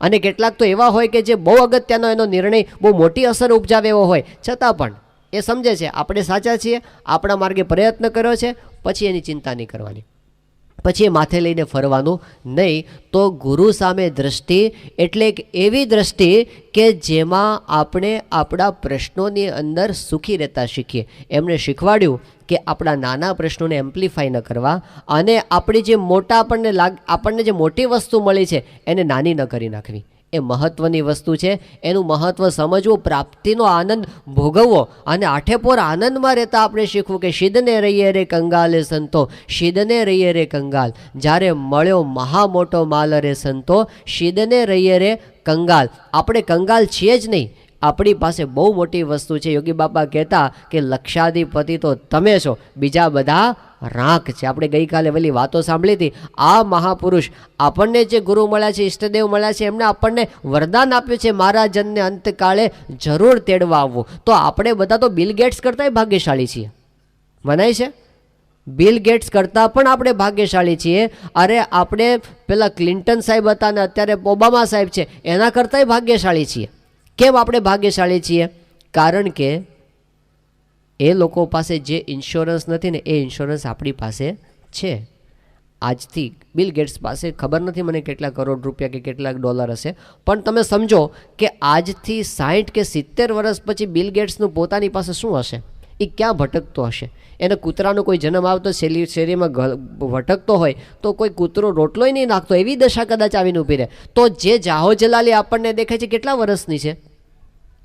25 વર્ષ, 30 વર્ષ, 40 વર્ષ, 50, 100 વર્ષ, એનાથી વધારે તો નહીં ને. અને યાદ રાખવાનું કે ઇન્ફિનિટી, જે ટાઈમની ઇન્ફિનિટી છે, અનંત સમય છે ને, એમાં 100 વર્ષ કાંઈ ગણતરીમાં નથી. અનંત સમયની અંદર 100 વર્ષ તો કાંઈ નથી, આંખનો પલકારો પણ નથી. બ્રહ્માના આંખના પલકારામાં 666 જતા રહે છે. 666 વર્ષ એક પલકારામાં જતા રહે છે બ્રહ્માના. આ ટાઈમનું કેલ્ક્યુલેશન છે, આપણે શાસ્ત્રોએ આપેલું. તો પછી આપણા પ્રશ્નોની કિંમત કેટલી? જેને આપણે પ્રશ્નો કહીએ છીએ. અને આપણને બધાને ગેરંટી છે 100 વર્ષ પછી આપણે બધા દિવ્ય અક્ષરધામમાં બેઠા હશું. આ ગેરંટી છે. હમણાં પ્રમુખ સાહેબ મહારાજ સારંગપુરની અંદર હરિજયંતિ સભામાં હમણાં બોલે આ વખતે સ્વામી કે જેને આ જ્ઞાન થયું અને જેને આ ભગવાનને સંતોનો આશરો થયો છે એ બધાને છેલ્લો જન્મ. આ ગપ્પા નથી મારતા. આ પુરુષ લેવા જાય છે અંતકાળે, પોતાના વચન નિભાવે છે. એક નાના છોકરાને આપેલું વચન ભૂલતા નથી ને. સ્વામી ત્યાં હતા 94-95ની સાલમાં બોચાસણની અંદર એક નાનો છોકરો આવ્યો અભય જયસ્વાલ કરીને, અને આવીને સ્વામીની પાસે વાત કરી કે સ્વામી હું કરમસદથી આવું છું, મારા મોસાળ ત્યાં છે. સ્વામી આશીર્વાદ આપે. સ્વામી કે તારું મૂળ ગામ કયું? એ કે હું કારવણનો છું, કાયાવરણનો, અને મારી ખાસ પ્રાર્થના છે કે તમે મારે ઘેર આવો ને બાપા. તો સ્વામીએ છોકરાને કીધું, હાવ નાનો છોકરો હતો. સ્વામી કે જા અમે તારે ત્યાં આવશું, જરૂર આવશું. આ એક નાનો છોકરો અને સ્વામી, હવે પછી એની સાથે મુલાકાત એ નહીં થઈ, પણ સ્વામી એક નાનું વચન ભૂલતા નથી. આ બાળકને આપેલું ને 97ની સાલમાં 3 વર્ષ પસાર થઈ ગયા પછી સ્વામીશ્રી અટલાદરાથી ક્યાં આગળ જવાના હતા. સ્વામીએ બે દિવસ વચ્ચે એવા રાખ્યા કે જે કાર્યક્રમ કોઈ નિશ્ચિત જ નહોતો. અહીંથી નીકળી જવાના હતા એ બધાને ખબર હતી, બીજી જગ્યાએ પહોંચવાના હતા તે 2 દિવસ પછી પહોંચવાના હતા. વચ્ચેના 2 દિવસ એમને પર્સનલ પોતાના રાખ્યા હતા. અને છેલ્લે દિવસે સ્વામીએ કીધું આપણે કારવણ જવું છે. પણ સ્વામી ત્યાં કેમ? સ્વામી કે એક છોકરાને કીધું હતું પહેલાંને. અને સ્વામી ત્યાં ગયા પેલા બાળકને ઘરે.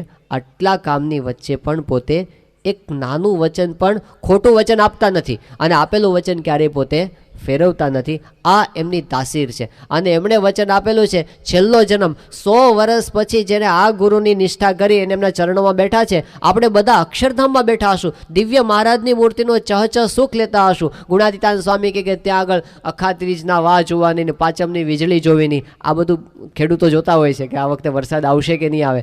ત્યાં કોઈ જ પ્રશ્ન, ત્યાં મંદી નથી, ત્યાં આગળ ગરમી નથી, ઠંડી નથી, કોઈ પ્રશ્ન નથી. અને પરમ સુખ છે એ 100 વર્ષ કાઢી નાખો ને ભાઈ, બહુ ઝાઝા નથી. પ્રશ્ન છે કાઢી નાખો, એની સામે બહુ જોવાનું નહીં. આ સામે મોટી વસ્તુ મળવાની છે ને. ગુણાતીતાન સ્વામી વાતોમાં લખ્યું, સ્વામી કે પેલી ભરવાડની છોકરી હોય, છાણા વીણતી હોય, પણ ગાયકવાડના દીકરા સાથે એનું એંગેજમેન્ટ થઈ ગયું હોય તો એ છાણા થાપતા થાપતા પણ મહેલના સપના જોવે કે આ તો છાણા તો છે, હવે 2-4 મહિના પછી આપણે તો મહેલમાં રહેવાનું છે. એને સુખ દેખાતા હોય સામે, તો આપણે આ છાણા થાપી સમજવાનું. પણ આપણા લગ્ન તો થઈ ગયા છે અક્ષરધામ સાથે, એટલે આપણે તો એના અધિકારી થઈ ગયા છીએ. કાંઈ બાકી નથી. આપણે એવો કેફ, એ આનંદમાં રહેતા શીખવાનું.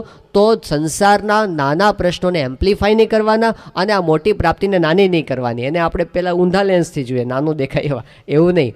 એ મોટા પુરુષની દ્રષ્ટિથી એને જોતા શીખવું. તો ગુરુની સામે દ્રષ્ટિ આવી અંતરદ્રષ્ટિ છે, એ પ્રશ્નોને કેવી રીતે ફેસ કરે છે, એમાંથી કેવી રીતે પસાર થાય છે. બીજી વસ્તુ કે એનો માણસો સાથેનો વ્યવહાર કેવો છે, આ બાબતમાં આપણે ઘણીવાર ફેલ જઈએ છીએ.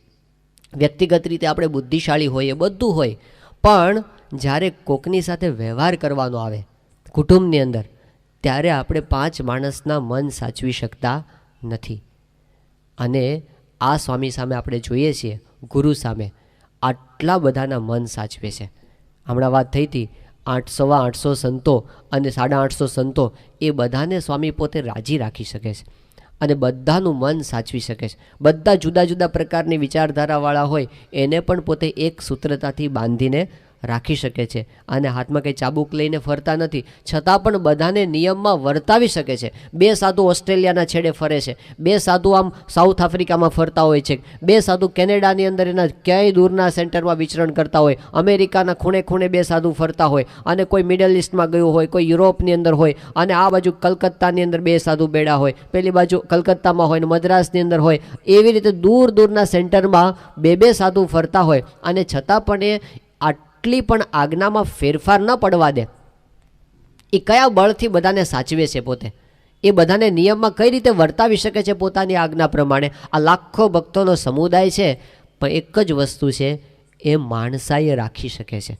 બીજાની સાથે કઈ રીતે વર્તવું, તો એ પોતે એ સમજી શકે છે. સામેવાળાને સમજવાની કોશિશ કરવી, મોટું મન રાખવું, સહન કરવું. અને જ્યારે આપણી નાની પણ ભૂલ થાય ત્યારે આપણે હિંમત રાખીને માફી માગવી.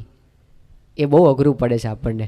આપણે વટમાં રહીએ, અને વટ છે ને આપણને દુઃખી કરે છે. વટમાં ને વટમાં દુઃખી થઈએ.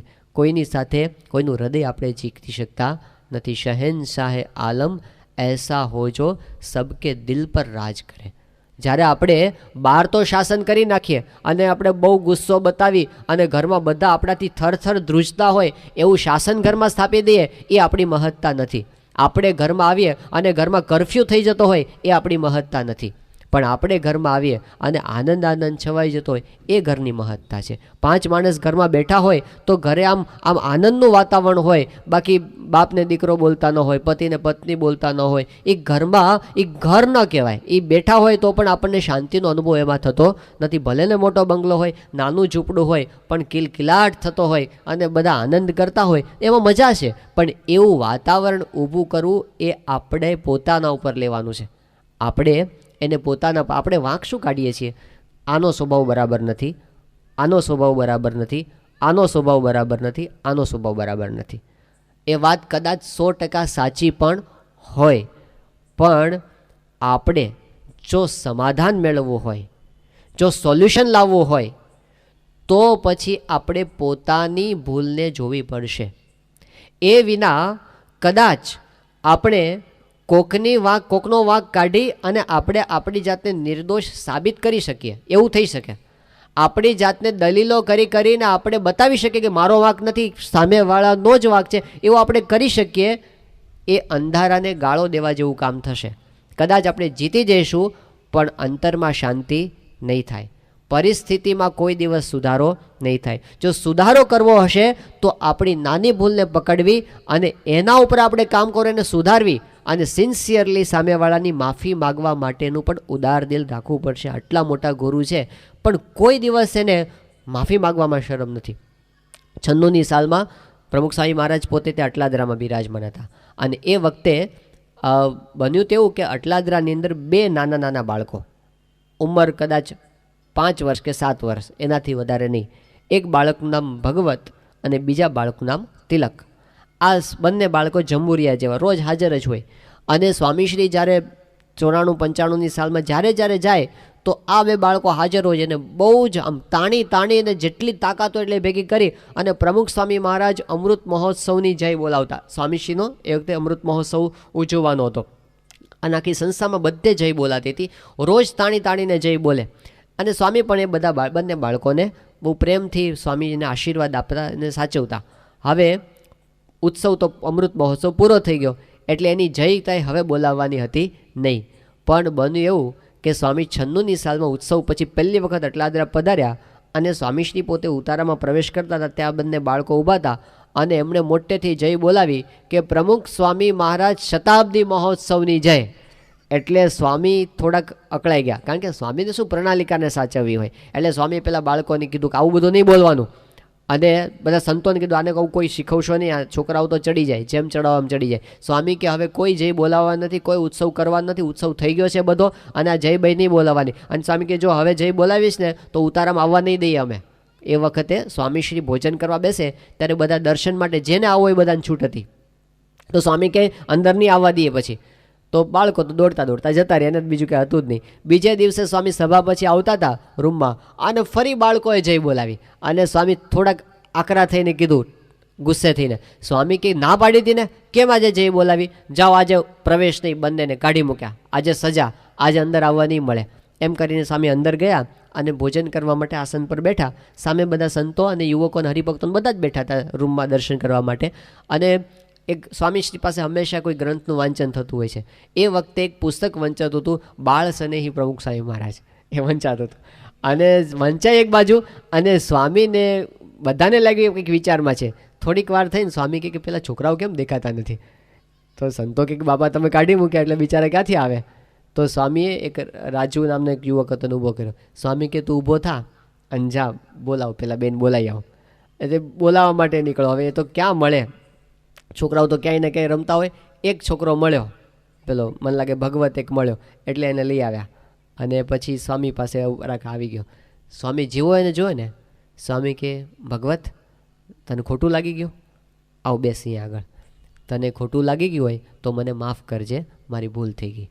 આ નાના બાળકની પાસે સ્વામીએ માફી માગી. પછી એ દિવસે પૂરું થયું ને સ્વામી એને પ્રસાદે આપ્યો રાજી કરવા માટે. બીજે દિવસે જ્યારે સ્વામી પછી પૂજા પછી આવતા હતા ત્યારે પેલો તિલક પણ દેખાયો લિફ્ટ પાસે. એટલે સ્વામી ફરી એને બોલાવ્યો. સ્વામી કે જો અમે કાલ તને બોલી ગયા તો ખોટું નહીં લગાડવાનું, હો, અમારી ભૂલ થઈ ગઈ, અમને માફ કરજે.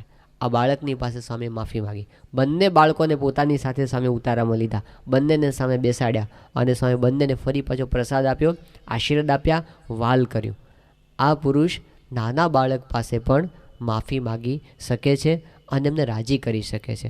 હવે આપણે અંતરદ્રષ્ટિ કરીએ તો આપણને ખબર પડશે કે આપણે કેટલા વટમાં રહેતા હોઈએ છીએ, કે જ્યાં આગળ ખરેખર આપણી ભૂલ હોય ને એ વખતે પણ આપણે માફી માગી શકતા નથી. ગુરુ સામે દ્રષ્ટિ, કે સરળતા, કટ વળતા શીખવું. કુટુંબના સંબંધોની અંદર તમે કદાચ ઓફિસમાં બોસગીરી કરશો તો ચાલશે, ઘરમાં નહીં ચાલે. એનાથી દિલ નહીં જીતી શકાય, એનાથી ઘરનું વાતાવરણ નહીં બંધાય. ત્યાં આગળ તો એકબીજા સાથેનું સમજદારી, મોટું મન રાખવું, સહન કરી લેવું. ક્યારેક એક જણ પોતે ગુસ્સે થયો તો બીજાએ શાંત થઈ જવું, પણ બે લોઢા ગરમ થાય તો પતી ગયો. એ તો પછી ધમાલ જ થાય. પણ બેમાંથી એક જણ જો જ્યારે બોલતા હોય સમજી લેવું કે અત્યારે એ ગુસ્સામાં છે, તો કોઈક વખત આપણે સહન કરી લેવું. કોઈક વખત સ્વભાવ છે ક્યારેક થઈ જવાય, કોઈક દાડો એ ગુસ્સે થાય તો આપણે સહન, કોઈક આપણે ગુસ્સે થાય તો એ સહન કરી લે. એવું અન્ડરસ્ટેન્ડિંગ અંદરનું હોય તો સંસારનો રથ છે એ ચાલે, નહીતર ચાલે નહીં. એટલે કદાચ સામેવાળી વ્યક્તિ એવું કે સમજવા જ તૈયાર ન હોય, એવું બને. એ કોઈ દાડો આપણે કે હું જ કાયમ સહન કરી લઉં અને પેલાને સમજવા ન સમજ. એ સ્વામીશ્રી એમ કહે છે કે જીવનભર આપણે સહન કરવાની તૈયારી રાખવાની. આ આપણી ઉદારતા છે, આ આપણી મોટપ છે. સહન કરે એની જ મોટપ છે. અને યોગી બાપાના આશીર્વાદ તો એવા છે કે સહન કરે ને તો અંતરમાં શાંતિના ફુવારા છૂટે. પ્રેક્ટિસ કરવાની છે આપણે હવે તો બહુ ઊંચા લેવલની વાત એમણે કરી કે સહન કરે ને આપણે કે આમાં શું શાંતિના ફુવારા. પણ આપણે સહન કરીએ, લાચારીથી સહન કરીએ ને એટલે ફુવારા નથી છૂટતા. ખુમારીથી સહન કરવાનું છે, લાચારીથી નહીં. અરે શું કરીએ રડતા એમ નહીં, હવે શું કરીએ એમ નહીં. પણ આપણે સહન કરવા માટે જન્મ્યા છે ને સહન કરો, ખમતીદર થવું છે. આપણે બીજાને સાચવવા છે, આપણને શું સાચવવા પડે? આપણે 10ને સાચવીએ અને આપણે ખોટું શેનું લાગી જાય આપણને. એવી રીતે જો આપણે મોટા પુરુષની રીતની સામું જોતા શીખીએ તો એની રીત આપણી, અને એમાંથી આપણને સોલ્યુશન જડશે. એમને પ્રાર્થના કરીશું અને આપણને સોલ્યુશન જડશે. ગુરુને વિચારશું એના જીવનને તો આપણને રસ્તો જડશે. એટલે અંતરદ્રષ્ટિની બીજી રીત આપણે કીધી, ગુરુ સામે જોવું, એ અંતરદ્રષ્ટિ. અને ત્રીજી રીત જે વચનામૃતે આપણને બતાવી, ગરડા પ્રથમનું 20મું વચનામૃત. એમાં શ્રીજી મહારાજે કીધું કે આપણે સવારથી ઉઠીએ ત્યારથી સાંજ સુધી શું જોઈએ છે. તો મહારાજ એવું કહે છે કે માણસ પોતે રૂપને જુએ છે અને કુરૂપને જુએ છે. આવું થાય છે ને, રૂપને જુએ ને બીજાનું ને પોતાનું બધું પોતાના સામે અરીસા સામે જોયા જ કરે કે હું કેવો રૂપવાન છું, કે આ બરાબર નથી, આટલું બરાબર ન હોત તો સારું હતું. તો રૂપને જુએ છે અને કુરૂપને જુએ છે. બાળ, યુવાન અને વૃદ્ધપણાને જુએ છે. આવા હજારો આકારોને પોતે દિવસ દરમિયાન જુએ છે, પણ જોનારો પોતે પોતાને જોતો નથી. એ અજ્ઞાનીમાં 4 ડિગ્રી આપીશ. અજ્ઞાનીમાં અતિશય અજ્ઞાની છે, ઘેલામાં અતિશય ઘેલો છે, મૂર્ખમાં અતિશય મૂર્ખ છે અને નીચમાં અતિશય નીચ છે. હવે આપણને આવી ગાળ કોઈ આપી જાય આપણે સહન કરી લઈએ, પણ આપણને હાગમટે ગાળ આપી એટલે હાલે, બધાને આપે ને વાંધો નહીં, હાગમટે આપી દે ને, અને નામ દઈને નથી આપી. પણ આપણને તપાસ કરવાનું કીધું કે હું દિવસ દરમિયાન હું બહાર કેટલું જોઉં છું અને પોતાની જાતની સામું કેટલી વાર જોઉં છું. પોતે પોતાને જોતો નથી. એ મહારાજે કીધું અજ્ઞાનીમાં અજ્ઞાની, ઘેલામાં ઘેલો, મૂર્ખમાં મૂર્ખ, નીચમાં જો આપણે હોઈએ તો આ ડિગ્રી આપણને લાગુ પડે છે. ગોપાળાનંદ સ્વામીએ આ વચનામૃતનું નિરૂપણ વચનામૃતનું જ્યારે અમદાવાદની અંદર કર્યું ત્યારે સર્વનિવાસાનંદ સ્વામી નામના એક સંત હતા. કથાપુરીથી સીધા ગોપાળાનંદ સ્વામી પાસે આવ્યા. એ કે સ્વામી આ 4 પદવી મને લાગુ પડે છે, હવે તમે મને આમાંથી બહાર કાઢો. ગોપાલ સ્વામી કે હાલો મારે હારે સમાગમ કરો અને તમને 4 પદવીઓમાંથી બહાર કાઢી લો. તો આપણને આ વાત જ્યારે સાંભળીએ ત્યારે આપણને એમ લાગે બધું બધા એમાં છે ને આપણે શું વાંધો છે. એમ નહીં, મને લાગુ પડે છે તો મારે એમાંથી બહાર નીકળવું છે. પછી મહારાજે કીધું કે આ સત્સંગ એવો દિવ્ય છે કે એની અંદર જો ભગવાનનો પ્રતાપ વિચારીને કોઈ અંતરદ્રષ્ટિ કરે તો પોતાના સ્વરૂપને અતિશય ઉજ્જવળ અને પ્રકાશમાન પોતે દેખે છે, અને પ્રકાશને વિશે ભગવાનની મૂર્તિને પણ પોતે દેખે છે, અને નારદ સંકાદિક જેવો સુખીઓ પણ થાય છે. પણ મહારાજે કીધું કે હરિભક્તને જેટલી કરસ કસર રહે છે એ તો પોતાની આળસે કરીને રહે છે, કે પોતે આમ અજ્ઞાન અવસ્થામાં સુષુપ્તિમાં જાય છે પણ પોતાને જાણે પોતાના સ્વરૂપને જોવાને ક્યારે અંતરદ્રષ્ટિ કરતો નથી. આ એક થોડીક હાયર લેવલની વાત છે, પણ એ છે બહુ મહત્ત્વની વાત કે આપણે આ શરીરને પોતાનું રૂપ માનીએ છીએ. આપણને જે કોકને ભગવાને 5 ફૂટને 6 ઇંચ આપ્યા હોય, કોકને વળી 5 ફૂટને 4 ઇંચ આપ્યા હોય, કે એ જે આકાર આપણને દેખાય છે ને, આપણે એમ સમજીએ છીએ કે આ હું છું, પણ હકીકતમાં એવું નથી. આ શરીર એ મકાન છે અને આપણે એમાં રહેવાવાળા છીએ. આપણે મકાનમાં રહેતા હોય તેમ નથી કહેતા કે આ મકાન એ હું છું. મકાન જુદું છે, એમાં રહેવાવાળા જુદા છે. તો આ શરીર એ મકાન છે અને આપણે એમાં રહેવાવાળા છીએ. આ શરીર એક કપડાં છે અને આપણે પહેરવાવાળા છીએ. આપણે એમ નથી કહેતા કે જબ્બો હું છું. એવા તો કેટલાય બદલી નાખ્યા આપણે. શરીર એક કપડું છે અને આપણે કપડાને પહેરવાવાળા છીએ. શરીર કરતાં આપણે જુદા છીએ. આ શરીર એક ગાડી છે અને આપણે એને ચલાવનારા છીએ. આપણે ગાડીમાં બેઠા હોઈએ તો એવું નથી કહેતા કે હું ગાડી છું. એ ગાડી જુદી છે, આપણે ચલાવનાર. આ શરીર એક ગાડી છે અને આપણે એને ચલાવનારા છીએ. આપણે શરીરને પોતાનું રૂપ માનીએ છીએ, શરીરના જન્મને પોતાનો જન્મ માનીએ છીએ, શરીરના મૃત્યુને પોતાનું મૃત્યુ માનીએ છીએ. શરીરની સગવડને આપણે પોતાની સગવડ માનીએ છીએ અને શરીરની અગવડને આપણે પોતાની અગવડ માનીએ છીએ. શરીરની કોઈ વિશેષતા હોય તો આપણે એને પોતાની વિશેષતા માનીએ છીએ કે હું આવા કુળનો ને હું આવો ને હું આમ ને. અને શરીરની કોઈ ખામી હોય તો આપણે એને પોતાની ખામી માનીએ છીએ. આ શરીરની અંદર કોઈ અપમાન કરી જાય તો આપણે પોતાનું અપમાન માનીએ છીએ અને શરીરનું કોઈ સન્માન કરીએ તો આપણે પોતાનું સન્માન માનીએ છીએ. હકીકતમાં શરીર અને આપણી એન્ટિટી સાવ જુદી છે, એનું અસ્તિત્વ જ જુદું છે. આપણે બધા બેઠા છીએ, વિજ્ઞાન ભણીને આવ્યા છીએ, આપણને ખબર છે શરીર શું હતું. જેને ધારો કે આમાંથી આપણે એવરેજ ઉંમર લઈએ, કોઈની 35 વર્ષની ઉંમર હોય તો 34 વર્ષ પહેલાં એમની સાઇઝ બહુ નાની હશે, આટલી એવી સાઇઝ હશે. એનો ફોટોગ્રાફ પાડે તો ઓળખાય પણ નહીં. પણ જે મગનભાઈ હોય એ 34 વર્ષ પહેલાં પણ એ જ હતા ને. એ મગનભાઈ પોતે 1 વર્ષના હતા. પણ હજી તમે રિવર્સમાં જાઓ, 1 વર્ષ જતા રહો, 2 વર્ષ જતા રહો, શું થાય? વિજ્ઞાન આપણને એમ કહે છે કે આપણે જે શરીર લઈને બેઠા છીએ, એક માતાનો કોષ, એક પિતાનો કોષ, એ બંને ભેગા થયા, એમાંથી આ શરીર બન્યું છે. સિદ્ધાંત છે ને આ તો. તેમાંથી કયો કોષ આપણું સ્વરૂપ છે? એકેય નહીં. એ તો એક મટીરિયલ છે, એ તો એક દ્રવ્ય ભેગું થયું છે, એમાં પ્રવેશ કરનાર આપણે છીએ. અને આજથી 100 વર્ષ પછી જતા રહો, આ શરીરની રાખ થઈ જશે, કરોડો રાખના કણ થઈ જશે, એમાંથી કયો કણ આપણું સ્વરૂપ છે? એકેય નહીં. આ શરીર પડ્યું રહેશે.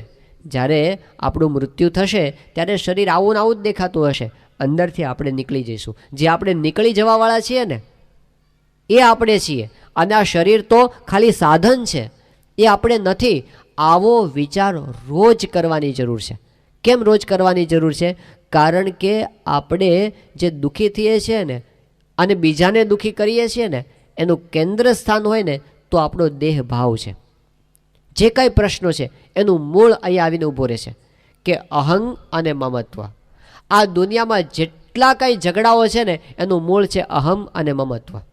એની બહાર એકેય નથી. એક જ કારણ છે, જે કરોડો કરોડો કરોડો રૂપિયાનો ખર્ચો થાય છે યુદ્ધોની અંદર અને શસ્ત્રોની અંદર, એનું કારણ આ જ છે, અહમ અને મમત્વ. હિટલરે જે કરોડો લોકોને, 60 લાખ લોકો તો યહૂદીઓને માર નાખ્યા એણે, અને એ સિવાય બીજા વિશ્વયુદ્ધમાં આટલા બધા માણસો મર્યા, 5 કરોડ. પણ એનું કારણ શું? એનો અહંકાર. એદી અમેને આખા યુગાન્ડાને ઉજ્જડ કરી નાખ્યો, એનું કારણ એનો અહંકાર. પેલો જિન્ના, મોહમ્મદ અલી જિન્ના, હાથલા હાલતા પેન પડી ગઈ, ઉઠાવી નહીં, પગથી મારીને તોડી નાખી કે જીના can break but he can not band.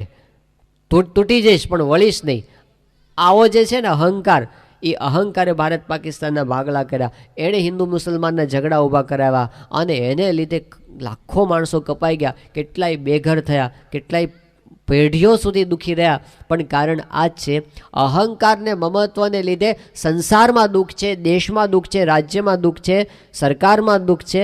આપણા પરિવારની અંદર પણ આપણે બહુ ફરવું નથી, કારણ કે બહાર તો પ્રશ્ન છે જ. આખી પૃથ્વી ઉપર કાંટા મઢેલા છે, આપણે આખી પૃથ્વીને કાંટા પાથરેલા છે, આપણે પૃથ્વીને મઢી શકવાના નથી. પગમાં જોડા પહેરી શકીએ કે નહીં?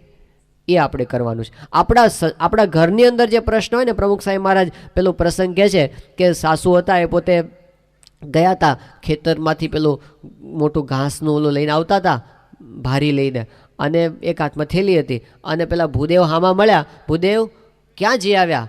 એ કે માજી તમારા ગામમાં ગયો હતો, લોટ માગવા ગયો હતો. એ કે એમ અમારે ઘરે ગયો હતો? એ કે હા ગયો હતો ને. તો શું અમારે ઘરે વહુ હતા એમણે કંઈ આપ્યું તમને? એ કે ના માજી નો આપ્યું, ના પાડી દીધી. ના પાડી દીધી? આજકાલની આવેલી એને શું અધિકાર ના પાડવાનો? હાલ મારી હારે.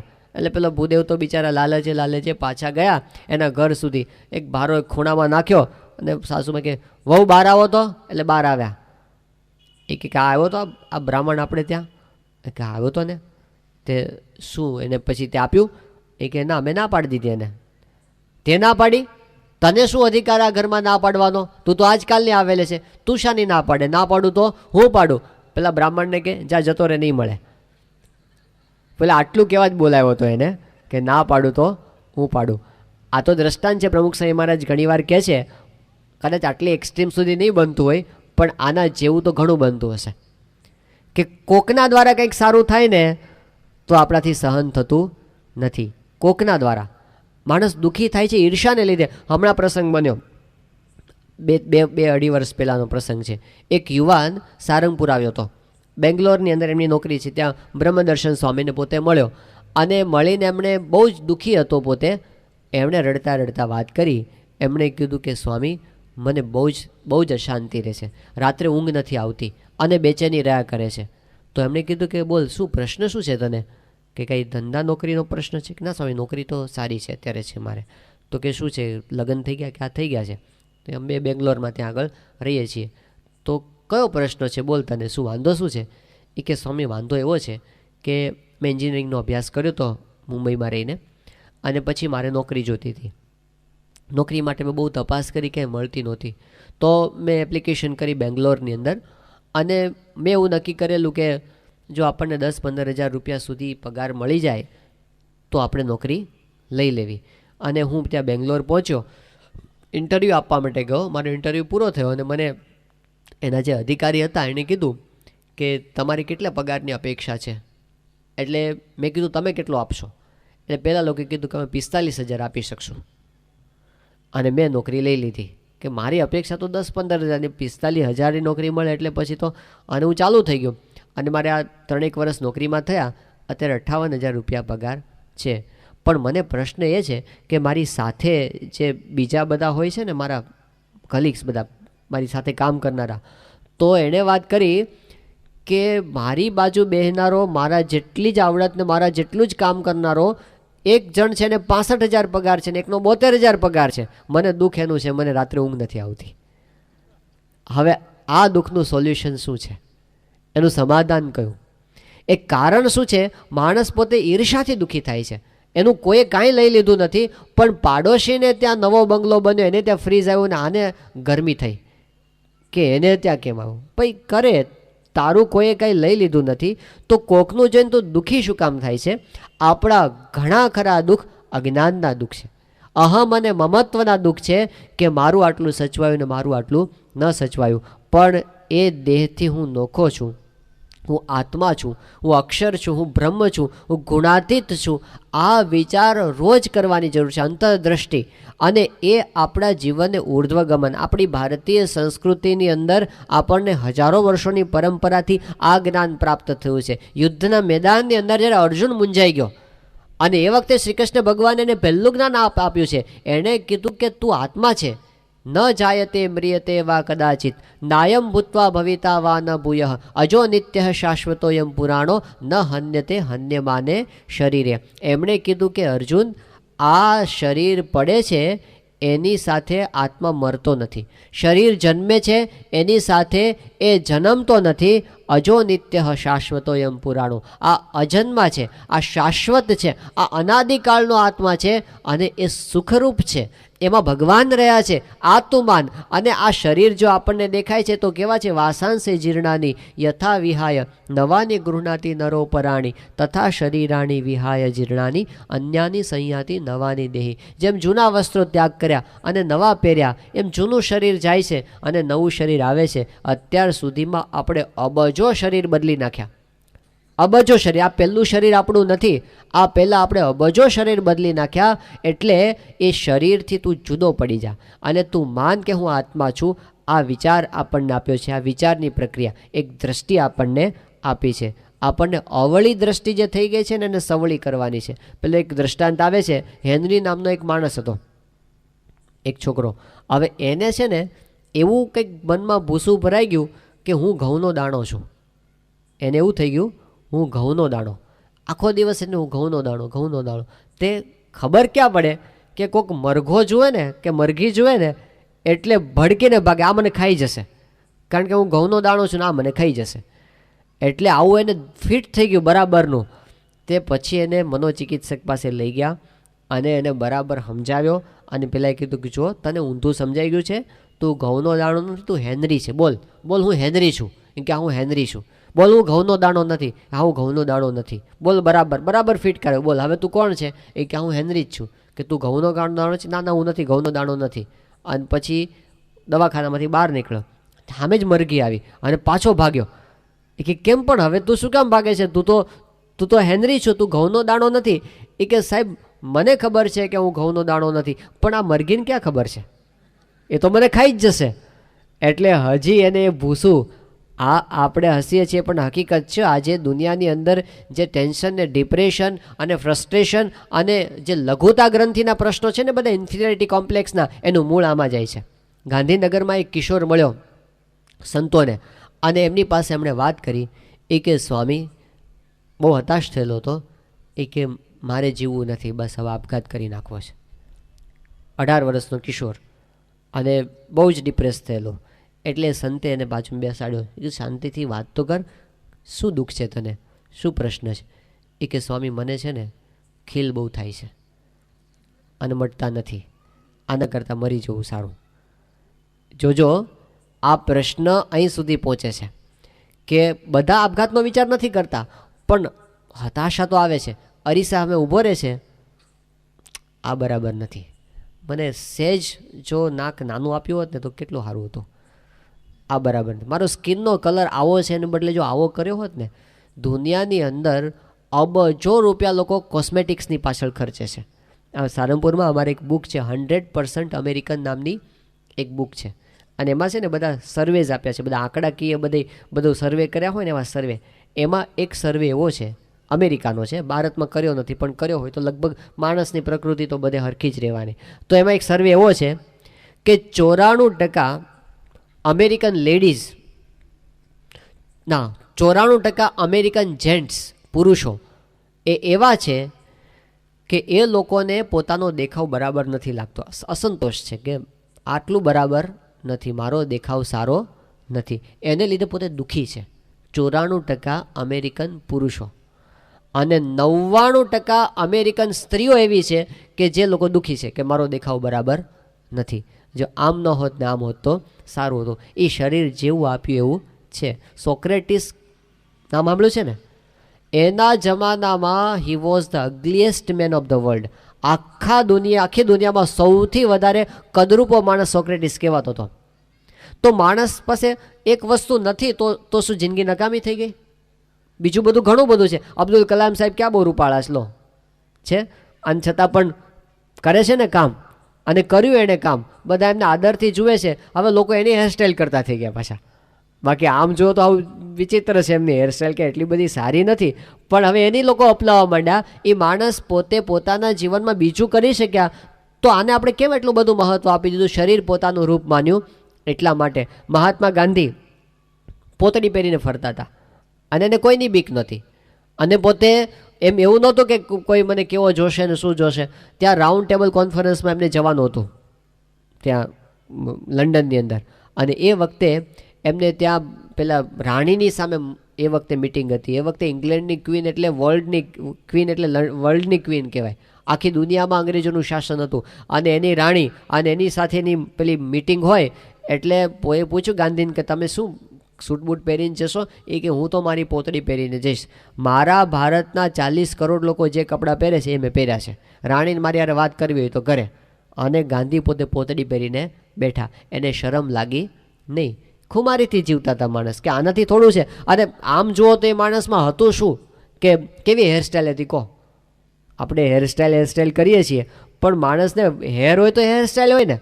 અને કેવા શૂઝ પહેરતા હતા, અને કેવા પોતે આમ કપડાં પહેરતા હતા, અને કેવી ઘડિયાળ રાખતા હતા, કેવો મોબાઈલ ફોન હતો જ નહીં ને. મોબાઈલ તો શાનો હોય એ વખતે.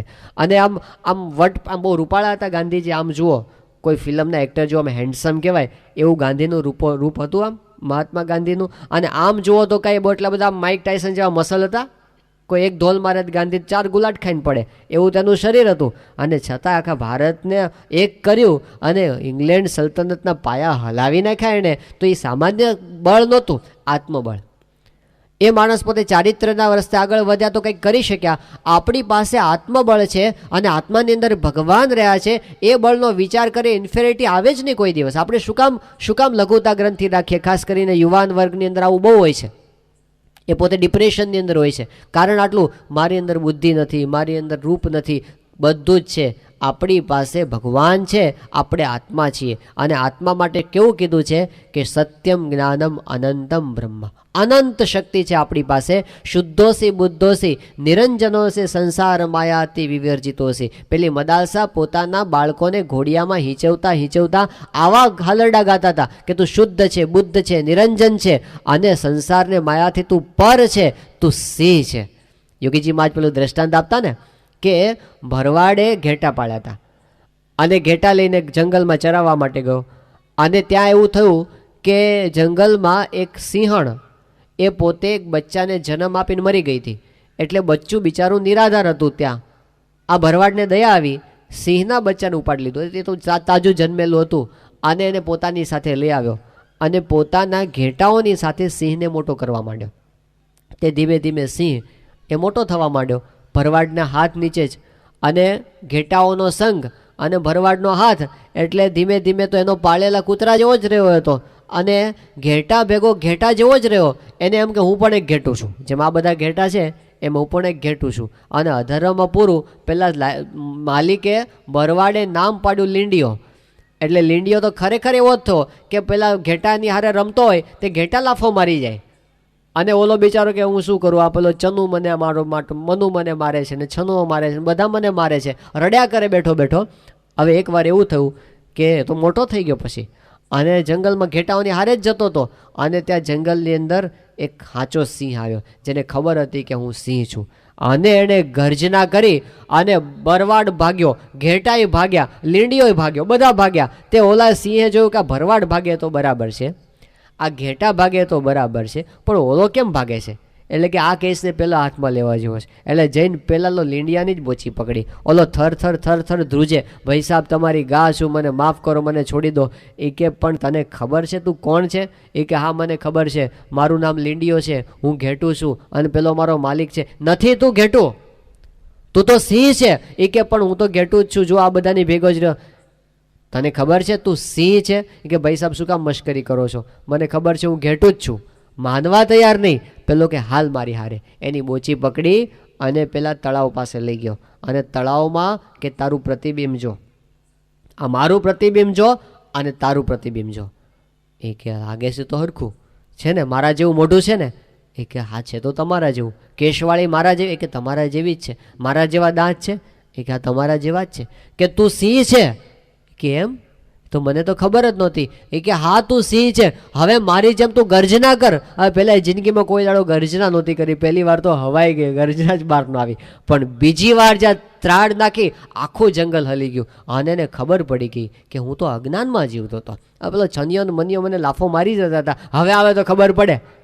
હવે મને ખબર પડી ગઈ, મારું સાચું સ્વરૂપ મને ખબર પડી કે હું આ લીંડીયો નથી, હું તો સિંહ છું. એમાં સત્પુરુષ આપણી બોચી પકડીને આપણને એમ કહે છે કે તમે આ દેહ નથી, તમે આત્મા છો, તમે અક્ષર છો, તમે બ્રહ્મ છો. અને આપણે એમ માનવાનું છે આ સત્પુરુષ મારું સ્વરૂપ છે, આપણને એમ સમજાવ્યું કે બ્રહ્મ એ મારું સ્વરૂપ છે, અક્ષર એ મારું સ્વરૂપ છે, ગુણાતીતાનંદ સ્વામી મારું સ્વરૂપ છે, પ્રમુખ સ્વામી મહારાજ મારું સ્વરૂપ છે, હું આત્મા છું, અક્ષર છું, બ્રહ્મ છું અને મારી અંદર ભગવાન પુરુષોત્તમ નારાયણ અખંડ બિરાજમાન છે, મારાથી અણુ માત્ર છેટા નથી. આ સેકન્ડે ભગવાન મારા આત્મામાં બિરાજમાન છે. મારા જેવો સુખી દુનિયામાં બીજું કોણ હોય? હું અખંડ સુખી છું, મારા સુખને કોઈ અડી શકે એમ નથી. એ અપાર અને અનંત સુખના સાગરમાં ડૂબવાની ચાવી એ અંતરદ્રષ્ટિ છે કે રોજ આત્માનો વિચાર કરવાનો. રોજ આપણે પૂજા કરવા બેસીએ તો પહેલાં 2-4 મિનિટ એવી કાઢવી જેમાં આપણે શાંતિથી આત્મવિચાર કરવો કે હું આ દેહ નથી. કદાચ શરૂઆતની અંદર આપણને કંઈ સૂચશે જ નહીં તો બોલવાનું, ખાલી બોલવાનું, હું દેહ નથી, હું આત્મા છું, હું અક્ષર છું, હું બ્રહ્મ છું, અનંત છું, આ ત્રણમાંથી એકેય દેહ મારું સ્વરૂપ નથી. એમ કરતાં કરતાં કરતાં આપણને પ્રકાશ થશે. એવા મોટા પુરુષના આશીર્વાદ છે. તો એ અંતરદ્રષ્ટિ પણ આપણે કરવાની છે. એ આપણા માટે સુખનો રાજમાર્ગ છે. જ્યાં સુધી બાહ્ય દ્રષ્ટિ રહેશે ને ત્યાં સુધી પ્રશ્નો ઊભા રહેવાના. સોલ્યુશન કરવું હશે તો અંતરદ્રષ્ટિના રસ્તે ચડવું જ પડશે. એ સોલ્યુશન એટલે શું? તો અંતરદ્રષ્ટિ એટલે શું? ભગવાન સામે દ્રષ્ટિ. ભગવાન સામે દ્રષ્ટિ એટલે શું? તો ભગવાનને કરતા હરતા સમજવા. જ્યાં જ્યાં નજર મારી ઠરે યાદી ભરી ત્યાં. બધું જગતમાં જે કાંઈ થાય છે બધું ભગવાનનું કર્યું થાય છે. ખરાબ થાય છે તો એમનું કર્યું થાય છે, સારું થાય છે તો એમનું કર્યું થાય છે. મારે જે કંઈ ક્રિયા છે એ કરતા હરતા પણ એ જ છે, મારાથી કાંઈ થઈ શકે એમ નથી. હું નિમિત્ત માત્ર છું, બધું એ જ મારામાં રહીને કરે છે. તો દરેક ક્રિયાના કરતા હરતા ભગવાન છે એમ સમજવું એ અંતરદ્રષ્ટિ છે.